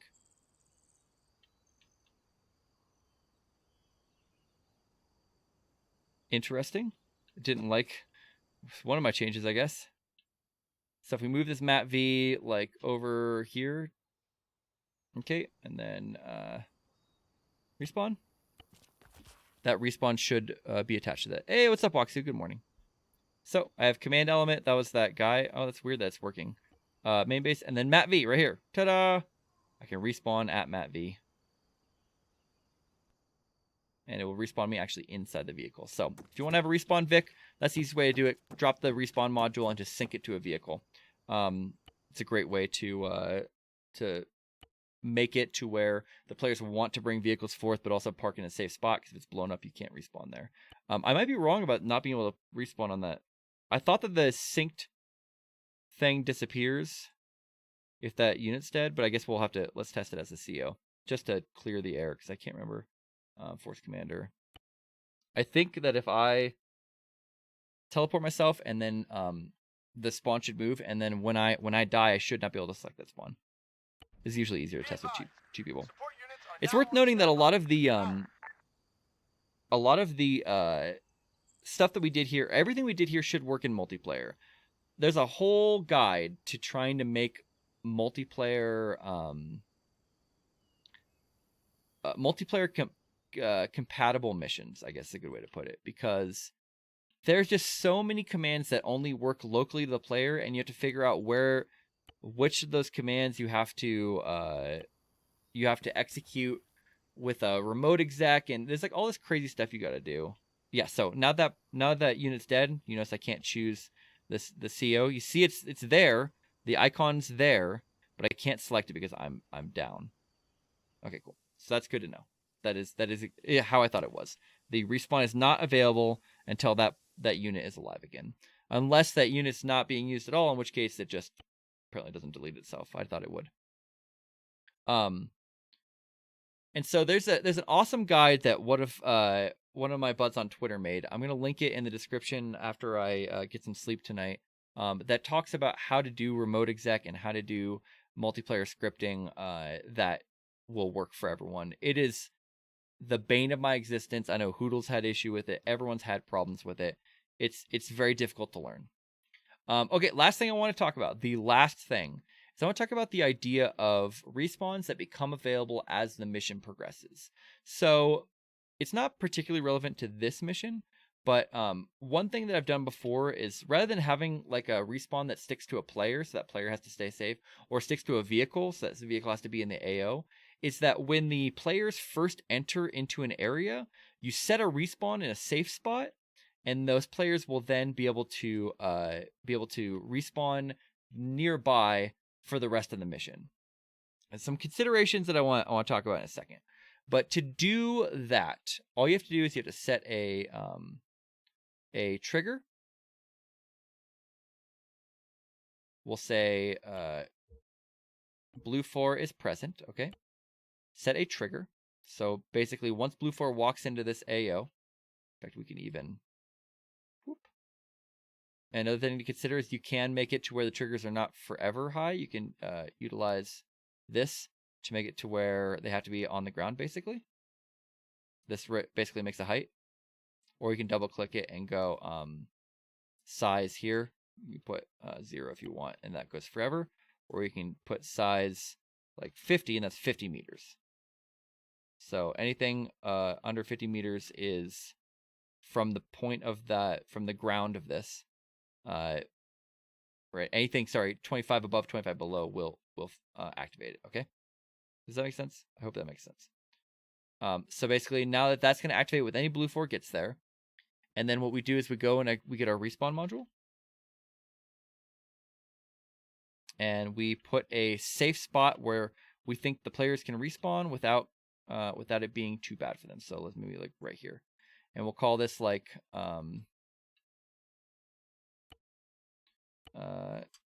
near enemy base blue 4. Okay, so right now, if we were to start the game, they'd just be able to respawn there. We don't want that. So if we sync this to the trigger that we just created, this one for this area, what that means now is that when this trigger is activated, it will allow people to then utilize this respawn module forever. Once it's activated, once the respawn module is available. So let's go ahead and go on multiplayer, and we'll see what that looks like. So we'll go here, load in. It'll take a second to spawn. What did who will say? I have issues with everything though, dude. It's bad. Arma's not too simple anyways. Yeah, none of this is easy. I mean, this is meant to be a 1 hour thing. You see we're at hour 3.2. 0.2? No, not 3.2.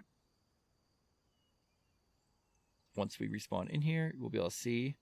I'm going to take this, I'm going to chop it up, I'm going to make the individual parts that are valuable, but most people don't need to see every aspect of it. But I want there to be us having the ability to really see, everything as it is. So right now we'll go and we'll respawn, and we'll see that we what respawns we have available. It should be the CO one, the mat V, and the base. Yep, command element, main base, and mat V. So we'll go main base here. We'll respawn automatically. And then when I move into that AO, we'll see a message. I'm just going to teleport myself near there. So, and what's going to happen is it's going to work when you land, right? Teleport myself to here. We then get a message. Oh, the message disappeared, of course. The message up top says new respawn available. Oops. And so if I go here and I respawn, hopefully I didn't screw myself. I might have by respawning while I was in Zeus. Yep. Okay. Now we can see near enemy base is now available. So this respawn will be available forever. Now I'm going to explain to you one issue with this. So when you respawn in Arma, there's two options you have. I think this is an enhanced option. One of the options is to respawn basically naked. You have nothing on your body. The other option is to respawn with your loadout. What it means by respawn with your loadout, though, is whatever the basic loadout you had was when you spawned in originally, that's the loadout you will respawn with. Those are the baseline things. Now there are scripts you could run that will allow you to create. There are scripts that people have made that you can drop into your game that will, on player restart, take all the items that were on their body and put them on them. Or the last time they close the arsenal, whatever they had on themselves, it will save that and respawn them with that. Go out there, look for those scripts, you can do that. But as is right now, most people will pick an arsenal loadout and want that when they respawn. And the way that I do this, rather than mess around with complicated scripts, is to just drop an arsenal right next to wherever these respawns are at. So you can do some stuff to make that arsenal not visible prior to it. But honestly, most players don't care, especially if you make the respawn a spot that they're not likely to check beforehand. So really what you could do is just go and just grab your arsenal and just put it right here. It's cheesy. There's no reason. It kind of breaks the immersion limit. There's no reason why there should be an arsenal there. But basically, this just saves. Hey, what's up, Nightwolf? I'm streaming on both. It's just Twitch is being dumb. Basically, it just saves your players a heartache. You don't have to hear about their problems with what you did. You can do this. Like I said, in other ops, I've made it to where this started out here with this show model disabled. Okay. And then when this trigger was activated, I set for every player, because show model is a local thing. If you don't do this right, nobody will see it. But I set it to where I activated on everyone to show that model equals 1. So basically, they could then see it after this was activated. It became available. It's not really necessary, I think, in most instances. Just plop an arsenal down. Let the players grab what they want to do. And yeah, exactly, Polly. And then they can just go load their loadout and run back into combat. I don't see any issue with that, but it's your mileage may vary. So that's sort of three ways that you can make your respawn system a little better. Respawns are one of the quickest ways to piss off players, if I'm being honest. If players feel like you're wasting their time, make them run all around God knows where, unless they're the type of player that really enjoys the infill, exfil, unless you have dedicated helicopter pilots, or you have somebody who's Zeusing, that is, it's going to become a very frustrating bit. So we've created an entire interesting mission here. There's about, I don't know, how many enemies are there for us to fight? So total, there is about 79 enemies for us to fight. Friendly players, there are about, this says 30. That doesn't seem right. I think that's including all those guys. There's like a little over 20 players. So it's like a 4-to-1. You've got 2 AOs to go fight in. You've got a little bit of a twist, or a couple twists. So the hostage wasn't where you thought they were. And also, when you go find the hostage, you find some aliens that are actually holding them. You have to fight aliens, which is kind of neat. You got 2 AOs to assault. And then we have scripts set up to where every single time you do something, you accomplish a task, it will set that task as complete, assign you the new one, and you'll be good to go. So that's in a nutshell the entirety of mission making. We've created an entire mission here. Now, there's definitely some stuff that we can clean up. We should name these positions a little better. We should decide if we actually want to have people bring in IFV or not. If we care, maybe we don't want them to have a badge or IFV, whatever. And then make sure that we actually test it. Make sure we get in there, do some sufficient testing where we bring like an AI group. We fight and kill all the enemies. We walk through everything. We actually test everything, and we specifically test it on a dedicated server or on whichever way we're going to host it. Once we do all that, we should be able to push it to the workshop. So to do all the testing I just talked about, first we're going to say, if you go up here to scenario, you go export to multiplayer. So it says export to Arma 3/MP missions. You go scenario, and you can open your, to open where that is actually is a little bit more complicated than this scenario folder that we did before.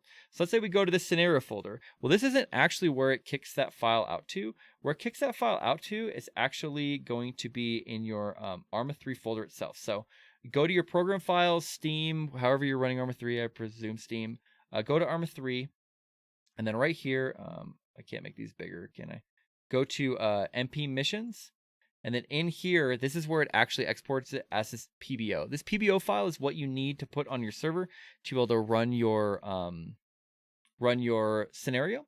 And make sure that when you do that, you actually go in and make sure to load your this is the wrong one. Load your Modlist onto your server. I will tell you that very commonly people forget to load one of the essential mods that's on the mod list. And what they'll do is they'll open up the when they go to log in a multiplayer, none of the slots will appear. If none of the slots appear, that means that something got messed up with your mods. Either there's a dependency on the file you didn't expect for one reason or another, or you didn't load all your mods correctly.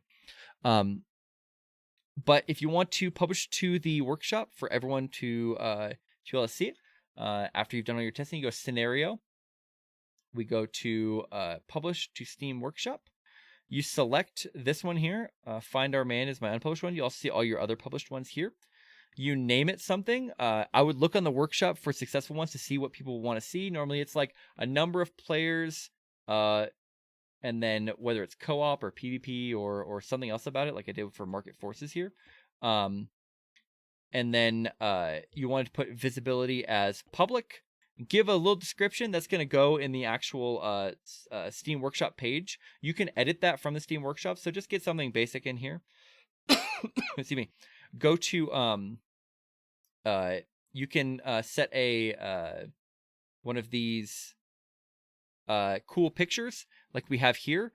I would go look up how to do that. I don't really feel like covering it here, but it has to be a very specific size of JPEG in the folder. And when you do that, you hit browse to that, and it will bring that image in. For tags, you want to put stuff like co-op. That's really just gonna be co-op, and then infantry, and then if you have to have something like we have to have. Oh, that's weird. It doesn't say that, but oh, it says right here, contact. You have to have contact. This is on Livonia. Okay. And then you agree to Steam Workshop and you hit publish. Once you hit publish, it will go to the workshop, immediately available for anyone to download. If you put it as unlisted, basically anyone who has the link to it will be able to see it. If you set friends only Steam friends, and of course private only you can see it. The other aspect of what we didn't set up that you want to make sure you set up, now that I'm thinking about it, go attributes general. Make sure you title it, because that's what it's going to appear when you actually go to select it in the multiplayer menu. So this would be like, we call it like find our man, find our man. Picture is the same sort of thing. It's going to be when you actually click on it in the scenario menu on your server.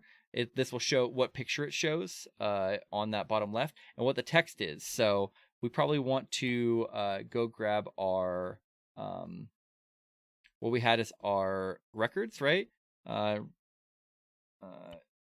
We can go here and put that, like HQ has tasked us with rescuing. It's resucking our man. Rescuing our man, not resucking our man. Don't clip that. Rescuing our man. And then for DLC, we want to make sure that people have contact. Require the DLC, because otherwise they won't be able to load the file. And then same thing. I like to just copy and paste all the same information into each of these overview and loading screens. Basically, it's all the screens as you click through. Some people change that. I don't really see a reason to do so. And then that way, now there's more information for players when they're trying to select it. If you don't have that name or that description, it's really confusing for players to try to select the mission to try it out.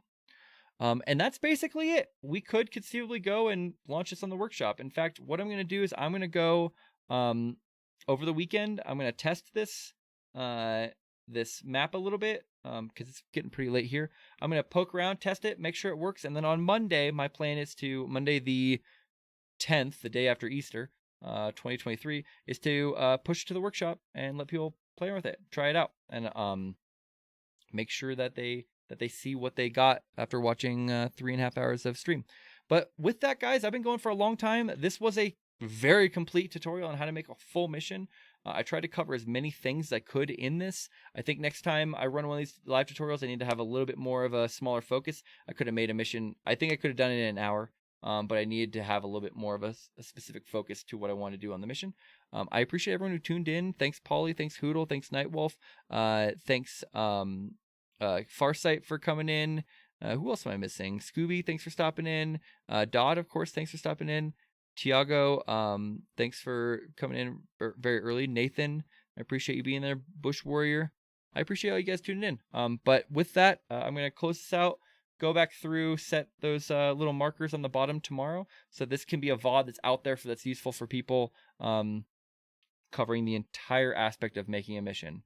Thanks, guys. Have a great night. If I don't see you before then, have a happy Easter. If you guys, if you're somebody who watched this video for the first time, thanks for sticking around. That's really cool. Come join us, discord.gg/UselessFodder. The link's in the description down below. Come join our almost 900 member community. We play a lot of Arma. We play a lot of other tactical games, but it's more than just a gaming community. It's a honest to God community of people who care about you and want you to be happy and learn about you. And I want to have your back when the chips are down. So with that, guys, thank you so much. I appreciate you so much. And I can't wait to talk to you on the next stream next weekend. Till then, have a happy Easter. Bye, guys.